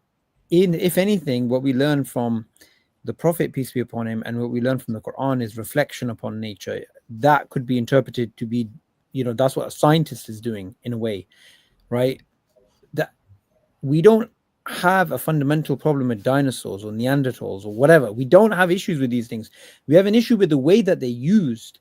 But one other thing I did want to mention is it's so important for us to understand that there being creatures that we've never heard of, right, is not an argument against Islam, because they think this is some sort of argument against Islam. Because if it was, in Islam's favor, God would have revealed it. There's actually a really powerful verse of the Quran in which Allah says He creates that which you don't know. He creates that which you don't know. 80% or thereabouts of life is undiscovered in the ocean, right? There could be crazy creatures out there. I'm sure you've seen those videos of jellyfish which have that disco type light thing going on. You get the octopus that can become invisible. You got all this crazy stuff out there. Now Giant squid, imagine that. giant squid were a strange realization for me. Yeah, and let me just say, so I've observed it's all in a perfect balance. Now, there isn't, in my opinion, based on my research, there isn't a single species that went extinct.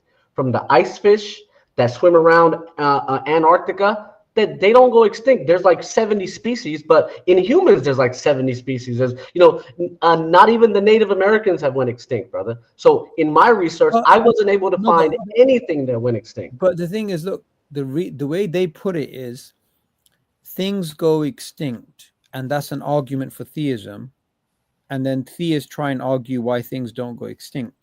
We have to challenge their assumption and say, well, why is it a problem if things go extinct? It's not a problem, actually. So it's a case of what I do usually, and this is a very good, whether you're dealing with Qadianis or you're dealing with atheists, you're dealing with anybody, rather than answering their question, look at the assumption behind the question. Because in this context, the question that they raise is, well, if things are extinct, then that somehow shows that there's bad design or whatever. But actually, no, there's no link between bad design and things going extinct, because whatever we discover, whatever is out there, is ultimately, we believe, from Allah. So it doesn't actually matter. One of the things I'm really, really keen on doing with this topic of evolution is brushing aside all the irrelevant questions. I made a video once called "Was Homo erectus Hanafi?" right?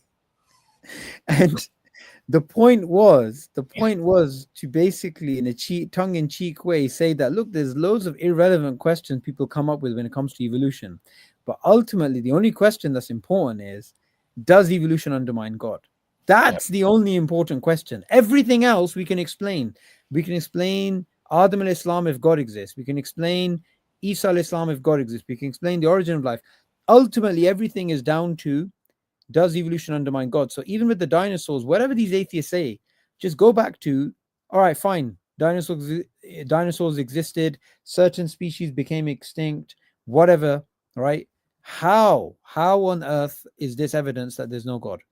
That's the ultimate, that's the hill we want to die on, right? That's where we want to fight, not have fights on these other tertiary issues, because I think it's like, when we're giving dawah, I've had this, we were out with Ali Dawah in Speaker's Corner, Leicester Square. We do this thing on Fridays, right? And Zishan and other brothers join us as well. And I saw this with my own eyes. Like, one of the brothers is talking about Tawheed, and the guy straight away goes to the age of Aisha. Like, that's what they do. They just don't want to talk about Tawheed, because that's the ultimate argument for Islam. And I find Christians do that a lot. Atheists do that a lot. Everybody does. Yeah. So with evolution, the only question is, whatever they say, we've found this fossil of intermediate between human and chimp. We've done this, we've done that. Fine. Does it undermine God? I want everybody watching to just ask that question. Does it undermine God? That's it. Because if it doesn't, then everything else we can explain. Yeah. I think we do have, by the way, a non-Muslim backstage. I do want to bring him on. Bashir, may Allah bless you, akhi. I appreciate you coming on. Assalamu alaikum, brother. Brother Suboor, nice to meet you. Assalamu alaikum. You too. Beautiful brother. May Allah bless him. All right. Johan, I see you backstage. Could you turn your camera on for a couple seconds? All right, that's cool. That's cool. You can turn it off now if you like. All right. Johan, welcome to the stage. Hello, guys. Can you hear me? Yes, we can. Yeah. Actually, I had one question. Like, do you think by disproving Darwinism, it by default proves the story of Adam and Eve a fact for human origin? Do you mind if I ask firstly, are you, I'm guessing you're, I believe you said you're not Muslim, but what are you? Are you an atheist? Are you a Hindu, a Christian? What's the deal? I'm actually Buddhist. Oh, okay. But do you believe in God? No. You don't? Okay. Could you please repeat your question? Yeah. My question is, do you think by disproving Darwinism, it by default proves the story of Adam and Eve a fact for explaining human origin? Yeah, there's no link between the two. So even if Darwinism is shown to be insufficient or false or whatever, it doesn't absolutely in any way show the Adamic story to be true. Then what makes you believe the Adam and Eve story a fact? The Adam and Eve story is something that we believe in because we believe the Quran is a miracle. We don't believe in the Adam and Eve story because there's problems with Darwinism. The reason why this is a good question is because it's often portrayed to me that, oh, you're just trying to make the argument that since Darwinism is not true, right, literally, therefore Adam and Eve story is true. But I've never ever made that argument, and I don't think anybody has ever made that argument. But that's the straw man construction that, you know, Adam and Eve is true because of this. Now, the reason why we believe in Adam and Eve, which is a miracle, the creation of Adam is a miracle, is the same reason why we believe Jesus was born of a virgin. It's the same reason why we believe the sea parted. It's the same reason why we believe the moon split. It's the same reason why we believe that the universe was created. It's a miracle by God. So if you believe in God, then the Adamic story, the parting of the sea, the virgin birth, all of these miracles, including the Prophet Muhammad, peace be upon him, going to heaven on a winged creature, is all explainable. So everything goes back to God. So the question I want to ask you is, why don't you believe in God? Because I means don't get enough evidences which can prove 100% that yes, God exists. Okay, And let's break this and down. one more thing, yeah, Okay. and one more thing I want to comment before Yeah, that. but just let's just stick to this, right? What counts for you as evidence for God's existence? There are two types of evidences. One is rational evidence, and another is empirical evidence. Empirical evidence is much more preferred than rational evidence. This is my two things. What's the empirical evidence that the world exists, matter exists? It's not an illusion. Because we can feel by our five senses. Yeah, but you know that we could just be a brain in a vat being fed these sensory inputs. Yeah, but it still proves that our body is a physical No, something. It doesn't. It doesn't. Another question, because though you can't show the world is real using empiricism, right and wrong, right? Right and wrong. If you see a child being killed, right, and they're tortured to death in front of you, what's the empirical evidence for morality in that case? Means it's a different subject totally, because morality, if you see, there are more philosophies like harm principle, utilitarianism. All these things will have to be discussed for morality. Those are non-empirical evidences. The reason why I'm giving you these, the reason why I'm giving you these examples, and I don't want to labor the point, I just want to summarize it. Maths, logic, metaphysics, morals, testimony, so many other ways of looking at the world besides empiricism, right? You can't even show the world is real, that we're having a real conversation, that matter is real, using empiricism. You can't do it, right? So let's stick to this simple point. I'm going to make a point about myself. I study the human brain. I study the human eye. I look at the order in the universe, the laws of nature. I infer from order, from design, and design does exist in biology. I infer from that a designer, a God, a organizer, a creator. What's wrong with my inference? I think there is no wrong, but means I haven't really gave much thought about on God's existence, because from my childhood I do not believe in God, so I kept that belief. Means I didn't give much thought about it. But don't you think it's important, because ultimately if there is a God, and I believe there is, if there is a God, then God has created us for a purpose. There is a reason why God created us. Now, I don't know a lot about Buddhism, but what I do know is that when Buddha was asked about God, he was apparently silent. So some Buddhists believe in God, a lot of Buddhists don't believe in God. However, the real question is, how do you explain the fact that we have something rather than nothing? How do you explain the fact that we have design? How do you explain the fact that we have morality? How do you explain the fact that we have consciousness? How do you explain the fact that we have a contingent universe and you can't go back forever in an infinite regress? All of these things make a combined case for God. Like if I was to ask you, you've written Johann, Yohan, okay? You've written that. Now imagine if you're walking on a beach and you see the words Johann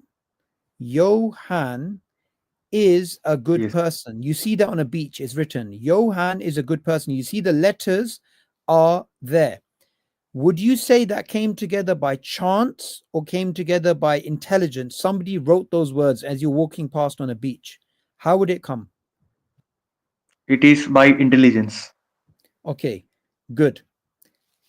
In your DNA, Johann, my brother, you have 3 billion letters in your DNA. And those letters are functional. They code. They code for your body. And those functional letters, the 3 billion letters that you have in your DNA set, if Johann is a good man, can be written on a beach by an intelligent being, not by chance, how is it that 3 billion letters in the genome can be the result of blind chance? It doesn't make any sense. There has to be design. In fact, design as a research tool, and Ramzi, you're going to find this really interesting, right? Atheists, theists, naturalists, deists, whoever you are, every single person working within the biology domain recognizes they have to use language of functionality, they have to use language of purpose and design. Even the most ardent atheist Darwinist in the world, Richard Dawkins, he says that design as a working tool is so powerful that it's used by biologists. The illusion of design of purpose is so strong that it's a good research tool. And that's somebody who doesn't believe in God. So I want to ask you a question. If it quacks like a duck, if it talks like a duck, if it looks like a duck, it's a duck. If it looks like design, if it feels like design, if it's fine-tuned and studied in a way that shows intricate complexity, it's design. The only thing that these atheists say is it's an illusion of design. And we can just tell them, no, it's an illusion of design, meaning it's design, right? That's what it is. It's just design. So what I would say to you is you should believe in God, and Islam teaches you worship God alone. Worshipping God alone makes you a happy person. And look, Buddhism is all about reaching that higher state of enlightenment. Well, Islam, you don't have to go live in a cave and do that. We are told very simply in the Quran, the answer is, in the remembrance of God do hearts find peace. For example, I'm just going to point out an example to you. Here's a piece of evidence you can look at. Here's an empirical piece of evidence you can look at. If the people of Gaza were liberal, woke atheists, they would be crying like babies right now. But they are Muslims who believe in God, and people on earth that can show the tenacity, the determination, the faith that they do. You have people who are in rubble, starving to death under tons of rubble, and they still do not give up their faith in God. You have people whose family members are butchered and killed in front of them, yet they don't give up praying and they don't give up in terms of their faith. This is evidence that the faith of Islam is a faith which will positively impact a human being to make them strong. I'm sorry to say, there's no equivalent in Buddhism, and there's certainly no equivalent in Pajitism, right? There's nothing like that. Islam is the only religion that will give you that strength. What's happening here in the West with wokeism and these liberals? These people are weak. These people are snowflakes. The real strength comes from a true religion of God. And that is something I want you to consider. I really want you to consider, how is it possible that these people have such strong faith? And I'm sorry to say, Buddhism's not going to give you that faith either. It's only Islam. Yeah, maybe I'll have to look on the facts. Well, I'll tell you one other thing. There's paradise and there's hellfire, right? So when Yes. you die, there's eternal paradise for the people who believe in God and his messengers, and there's eternal hellfire for those who they receive the message, like you're receiving the message now, and they reject it. So there's consequences of this. So people think, they have this weird idea that, oh, as long as you're a good person, everybody's fine. No, there's hellfire, there's paradise. So think about these questions, think deeply about these questions. Don't were your parents or your family, they were Buddhist in the past? Is that why you're Buddhist? Yes, Okay. actually all Well, Afghanistan was Buddhist in the past. They became Muslim, and many people were different faiths in the back in their ancestry and stuff. But Islam is a religion that's for everybody. It's the very simple religion that you worship God alone. That's it. Which religion teaches you that God is nothing like the creation and you only worship God? Only Islam. So the evidence of Islam is that the rational concept of God fits in line with what Islam is saying. Because look, it's very simple. I'll ask you a question. You may not believe in God. You may be 50-50. But if there is a God, let me ask you, Johan, should we worship anyone besides God if God exists? no. Exactly. If God exists, is God like his creation or different to his creation? Totally distinct from his creation? Totally distinct and beyond the creation. Exactly, beyond even comprehension. Look at Yes. what Hinduism teaches or Buddhism teaches or religions, and look at Islam. Islam teaches you Yes. crystal clear. There's only one God, the only one worthy of worship. Have you read the Quran? No, I haven't read the Quran, but yes, I have watched many Islamic channels videos and know about Do you watch this channel? Islam. Yes, sometimes. Actually, mostly I watch Hindi, Urdu channels, and English Okay. channels only few I watch. If you watch Hindi channels, Urdu channels, then Yes. there's a channel called Kaisar Ahmed Raja. You should watch that channel. And there's also Youth Club. There's some channels who do stuff in Hindi. So you can watch those channels. You can find out information. But the most important thing is, my friend, that Yeah. you get on a journey to find God. That's the most important Yeah. question. Everything else is Yeah. irrelevant. Because once you believe in God, the segue to Islam is very easy. That's the Yes, easiest. but one problem I find means like in our Buddhist scriptures, one person asked Buddha like how universe came from how universe came, how it exists. So Buddha said that all these things are not important in one's life. So I want to ask you a question like, if finding God, how is it important in one's life? Can you tell me like? Well, if Buddha said that, then he's wrong. Okay. The fact is, But if you make a factory and you have 10,000 yes, workers working in the factory, would you leave the yes, workers to live on their own? You won't tell them what to do, what products to make, when to come to work. Would you just leave them, or would you send to them a manager, send to them instructions? You'd obviously send them instructions, send them a manager. How is it that yes, God created us, but he didn't give us a purpose? There's a purpose for a glass, there's a purpose for a phone, there's a purpose for a book, there's a purpose for your eye, there's a purpose for your brain, but you don't have a purpose. How's that possible? Mm, yes, but means we can live our life very happily even without finding the purpose.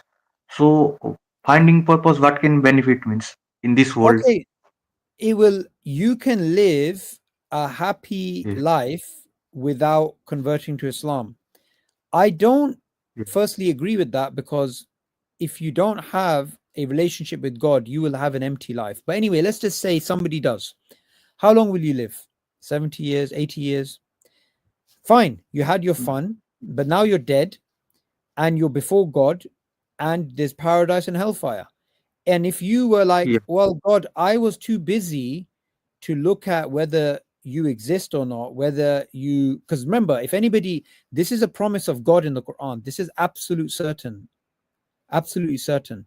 If you ask for guidance, God will give you guidance. If you ask for evidence that Islam is true, God will give you that evidence in a way that you understand and maybe no one else understands in the universe. The fact is, you can have 60, 70 years, fun, die. But then it's paradise and hellfire. And if you're a disbeliever, you refused, you rejected, you'll be in hellfire. Not you, but I'm saying people of that category. Do you want to go to hellfire? No. Do you want to go to paradise? Yes. In that case, don't just go with the devil's trap of, well, I can live a good life. Well, actually, studies even show the happiest lives are lived by those who believe in God. There's actually studies to prove this. Let's stick to empiricism, right? In fact, Ramzi, I don't know if you know this. I had that debate in Oxford a few years ago with Alex O'Connor. Was that his name? I remember one in Oxford, but I don't remember his name. Yeah. So anyway, he was an atheist. And I put a very simple argument to him. And just a few weeks ago, someone sent me a clip where he actually acknowledged that point and it got him to think. And it's the same point I want to make, right? Alhamdulillah, it's just something that it just came in my head, and I just said it during the debate, and it really impacted him even after years he thought about it. If you believe in consequentialism, you just believe in whatever has an impact in your life. Studies show people who believe in God are happier and more fulfilled in everything. Suboor, sorry, Johanna, forgive me. Just one. Something actually.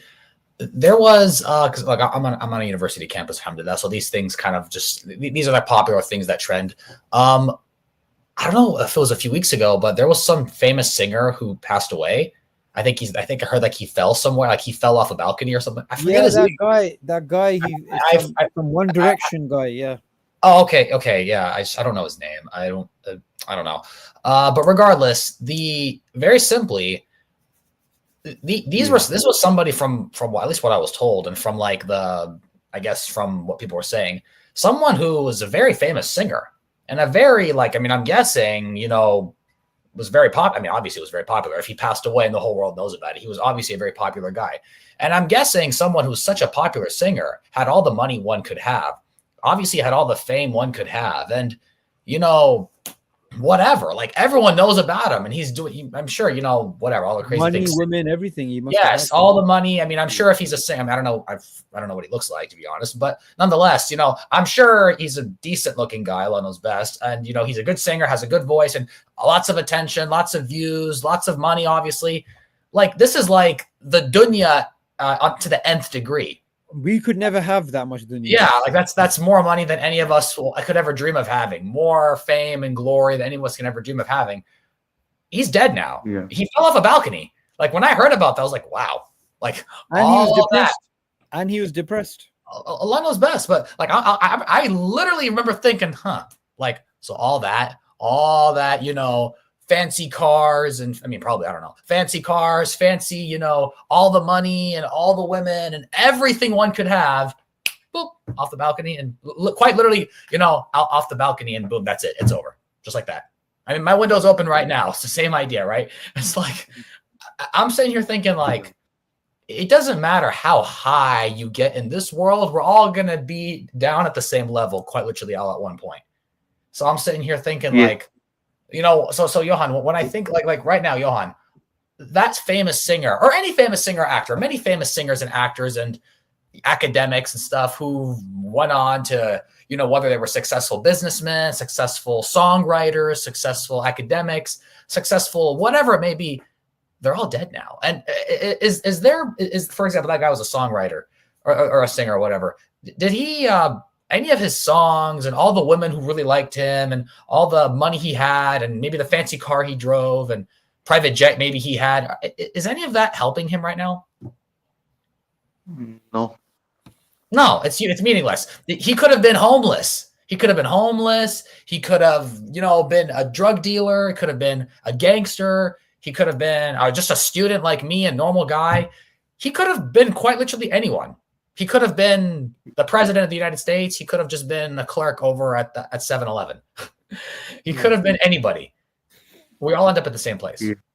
So, when you said earlier, hey, we can live our lives and not really have a purpose. We can make things up. And that's self-delusion. In fact, I even read about this in Hamza Zortz's book. That's just self-delusion, right? When you make up your own purpose, it's like you might as well make up your own religion at that point if you're going to make up your own purpose. But everything you do in this world without knowing your purpose is not going to benefit you in the hereafter, right? After you die. You understand what I'm saying? Yeah. It doesn't. Don't you think that rings a few bells? Like, wow, how much money I make, how many good experiences I have, whoever I meet, whatever I do in my life, if you have no purpose, is not going to impact you at all. It's not going to help you at all in the next life. It'll make no difference. But if that's the case, then why God didn't put intrinsic knowledge to find our purpose? Just 1 second. Hold on. Just 1 second. Before we talk about why God did that, why God did this, why didn't God do this, why didn't God do that? Look, how about this, Johan? I can say, what kind of country elects Trump? What kind of country elected Trump? But before we talk about, how good or bad Donald Trump might be and why on earth someone would choose to elect him and whether you agree with the decision or not. But I'm not comparing America to God. Don't misunderstand me. I'm just saying, you may not know why someone did something. I'll give you an example, Johan. I have a professor in one of my classes. It's a lab section where the professor never comes to class. Just his TAs come and they supervise us. We perform experiments. The professor never shows his face. I saw the professor's face for the first time, actually just a couple days ago when we gave a presentation. The point is, the professor always existed all along. We never saw his face. All we saw was some messages from him online on Canvas, on the website, and the homework assignments he would assign. And just that's it. And his TAs, right? Now, I could sit here. Now, there are many times where we thought, why would the professor assign this much homework? Or why would the professor, tell us to do this or tell us to do that experiment or, give us these instructions? We question the professor all the time. We're students. We do it all the time. But none of us ever doubted, hey, maybe the professor doesn't exist. Or maybe, the professor gave us really just so much homework. Why would the professor give us so much homework? You know what? I think, therefore, the professor does not exist. That makes no sense. Questioning the decisions of someone does not equal that person or that thing doesn't exist, right? You understand what I'm saying? So, good, beautiful. So, good. We can talk about why God did this, why God did that. First, let's establish logically, does it make sense that, okay, yes, God exists, something, the creator. The word God gives you the ick. It gives some people the ick. Okay, just say the creator or just say the source of all other things, right? You don't even want to call it God. God is like, it gives people the ick. It gives people the runs for some reason, right? Okay, fine. We need to seek knowledge on whether or not it makes sense to believe that this universe came from something, whatever that thing may be. Why that thing did or didn't do certain things is a secondary level. It makes, why did the professor give us this homework? Well, first, does the professor exist? Does the God exist? Oh, why did God do this and that? Well, first, let's know if God exists. You understand what I'm saying, Johan? Yeah, I agree with you on that point. So Johan, when we say, hey, no, but they're not invalid questions. I get it. Okay, you're curious, why did God do this? Or why do we need a purpose? Who cares, right? Without a purpose, all of our existence is meaningless. Without purpose, there's no point in our lives. Without a creator, there cannot be creation. In other words, without the necessary existence, all other existence would not exist, right? Without God, I'll tell you what, Johan and Suboor, I want to know what you think about this. Mm-hmm. Our existence is a proof of God's existence. Absolutely. Yeah, our existence, and not just you and me. Literally everything around us. the trees outside, the birds chirping outside, right? And by the way, it's funny enough, the evolutionists, the Darwinian evolutionists, we should say this. You know, we would say to them, the birds, the trees, the cows, human beings, all of life and everything else for that matter, the stars and cosmos, these things all are the biggest proof of God's existence. Now, in a number of different ways, but in the simplest way, you know, you could talk about, you know, design, and of course it's very valid. But, you know, think of it this way, Johan. If I told you right now that this beard comb for my beard isn't as good as Suboor's, but, you know, I have a beard, right? This beard comb came from nothing. What would you think? Yes. No. It must have source. Something. It must. Well, the very fact that this beard comb exists is a proof that something before it had to exist, right? Yes, right. Yeah, something had to. Yeah, go ahead. Yes, but it doesn't prove that the what I can say, the purpose of the source is something that you say is only correct and not mine. Before we talk about, so firstly, to know the purpose, we need to know where we came from and then know our purpose, right? Because only the one who created us, or the thing, the entity that brought us into existence, can tell us about our existence and what its purpose is, right? We can look at it, we can analyze it. Ooh, okay, cool. But now the one who designed it, or if there is a designer, is most likely the one who's going to know more than anyone else. So now think of it this way. Yeah. You look at this beard comb, you know, well, something or someone had to exist before this beard comb. For Suboor to exist, somebody, something, or someone had to have existed before Suboor, right? Yes. Beautiful. Yes, right. For this earth, just the earth, for it to exist, some other stuff had to exist before the earth in order for the earth to exist, right? Right. You're right. If there was nothing before the earth, imagine there was nothing, no cosmos before the earth. Will the earth ever exist? No. Right. Likewise, the universe, same thing. This universe and its cosmos and everything in it, in order for it to exist, whether it's this beard comb or the universe or Suboor, right? Or Suboor, right? Suboor, this beard comb, or the earth or the universe, all these things exist and therefore demonstrate something prior to them had to exist. Something existed before this beard comb, which explains this beard comb's existence. Something existed before the universe to explain the universe's existence. Does that make sense? Yes, it makes sense. Beautiful. So now, Johan, now look, I don't want to look. That's a lot to take in, so I'm not going to keep throwing things at you. But oopsie, I almost dropped it. But very simple, very simple. Now that we realize it makes sense, it's not far-fetched. It's not some crazy, delusion that we've convinced ourselves of. It's a very rational and natural conclusion to draw. It's not difficult. The next question should be, okay, what else is there to know about this creator or this thing that caused everything to exist? What else is there? Does this thing have intelligence, or does it not have intelligence? Did it ever speak to us? Did it not ever speak to us? Well, there are people on this earth today and in the past who claim and have claimed that they are messengers and agents of this thing that created everything else. Now, that's why the question becomes, okay, we need to analyze their claims. And I would recommend, Johan, read the Quran. Read the Quran. It won't take you super, super long. It's not a super small book, but it's not a super big book either, right? It's not that, it won't take you super long. Read the Quran, or even listen to the Quran, in your language, obviously. And, please ponder upon it and, just try to get to know, because let me tell you something, Johan, there's only one man that I know of that claimed to be a messenger for you and me. Like, for example, you're from India? Yes, from India. Okay. So now Suboor here is in England. Now, imagine if a prophet in England claims to be a prophet for the English people. Not me, but someone says, I'm a prophet for the English people. Does that apply to you? Does that apply to you as an Indian person? No. Right. Of course not. I'm not me neither. I'm in the United States. I'm in America. So it doesn't apply to me. If, for example, I'm a man in California, and if I was to claim to be a prophet, I'm a prophet for the people in America. That doesn't apply to you or to Suboor.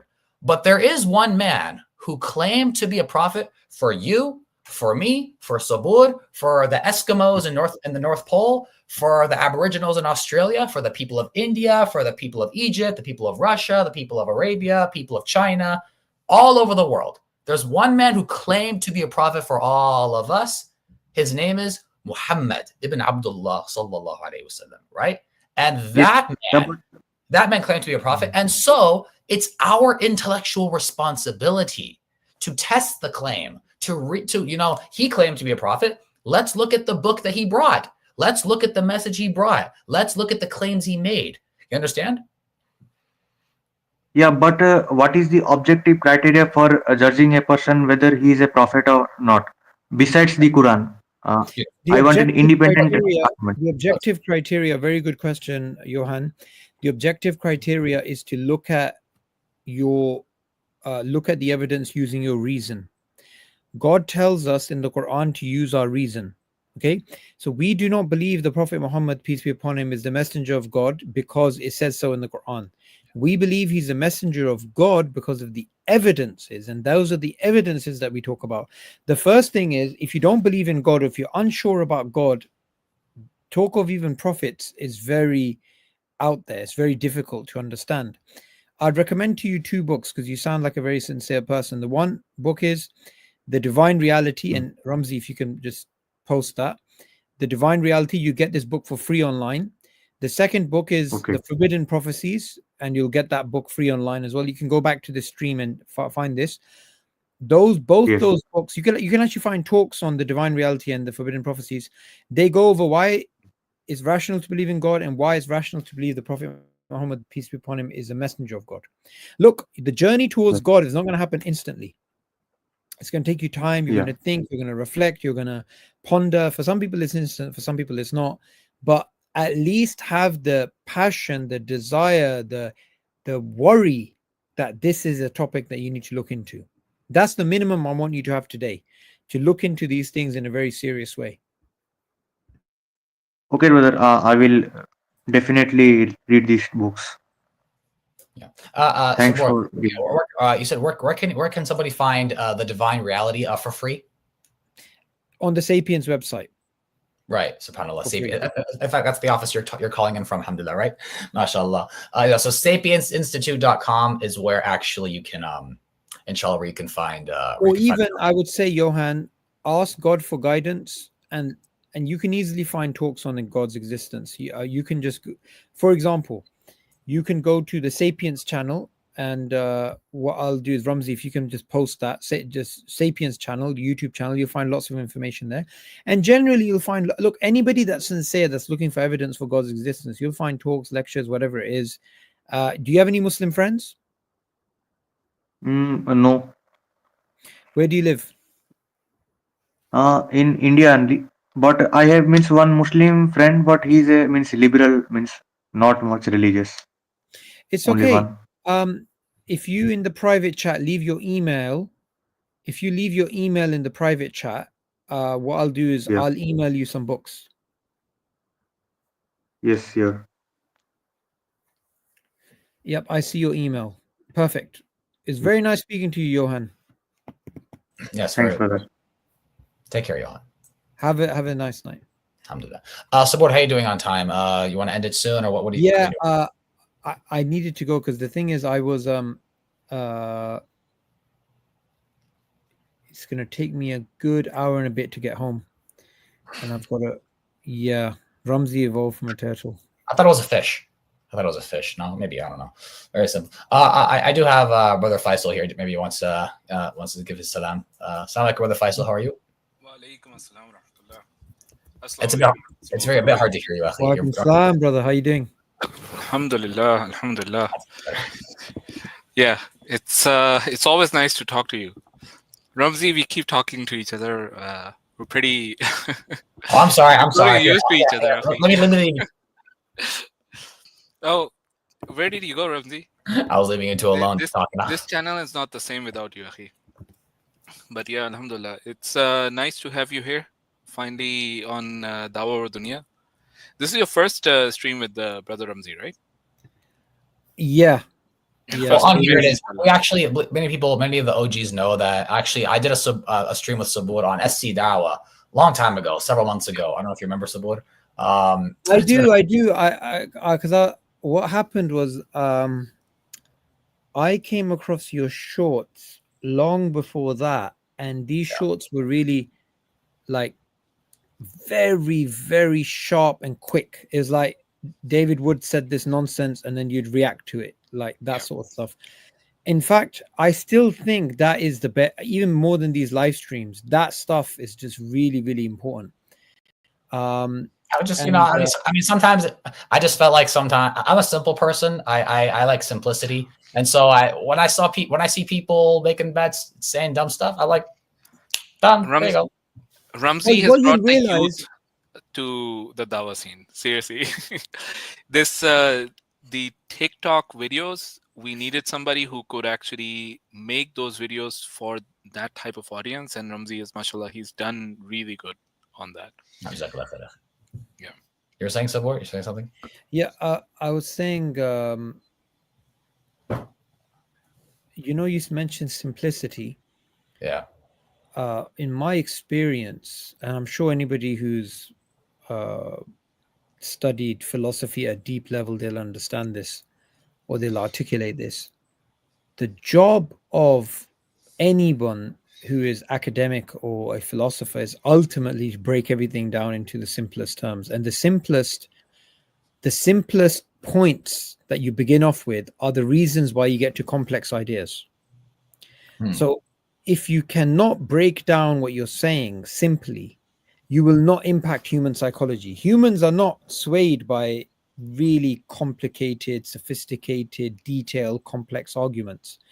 They are ultimately driven by simple arguments. And the Quran did not come down for philosophers or peasants. It came for everybody. Right. And the arguments in the Quran, like, Allah says, were they created from nothing? Did they create themselves? Like, you can see it. Hamza takes those and he starts, philosophizing on them and writes about them. You can write chapters on it. But then again, from a very simplistic way, by itself, somebody can read it and they'll get the point. So making things very, very simple is something I always want to do. And I'm glad I came on this channel, because one of the things I'm doing with Ali Dawa and I'm doing with other du'at is I'm trying to articulate my evolutionary points, and I want them to simplify. In fact, Ali's made a few videos and he's done some discussions in Leicester Square using some of the stuff that I've taught him, and he's articulated it better than I could. That's the power of having different people working at different levels, because then people can break it down and they can make it simpler. Because I don't usually do live streams. I'm not into them, live streams, but I wanted to do this because I've seen you're dealing with a much younger audience. I've seen the people on your channel. They are, like Brother Faisal said, this like a younger breed. And that's very important in the dawah. We can't just have everybody in their 30s and 40s and 50s. You need to attack the youth. It's interesting because I've actually seen you've done quite a few live streams in the last couple of months or so, and some really good work on consciousness and Darwinism and all of this. The challenge is, as we are talking about, that it will go over the top of a lot of people, because this is like academic stuff. That's why, actually, if you notice, that's actually why I played that video earlier, because I found it to be so, one, entertaining, but two, also very, very dumbed down to the point where it's really simple but powerful points. And that's, simple and powerful, is my opinion, is the best combination. Absolutely. Because it can reach the widest audience. It can have the greatest impact. So a very simple and powerful, short answer from you, Brother Suboor, like just in points form, right? Without going into details.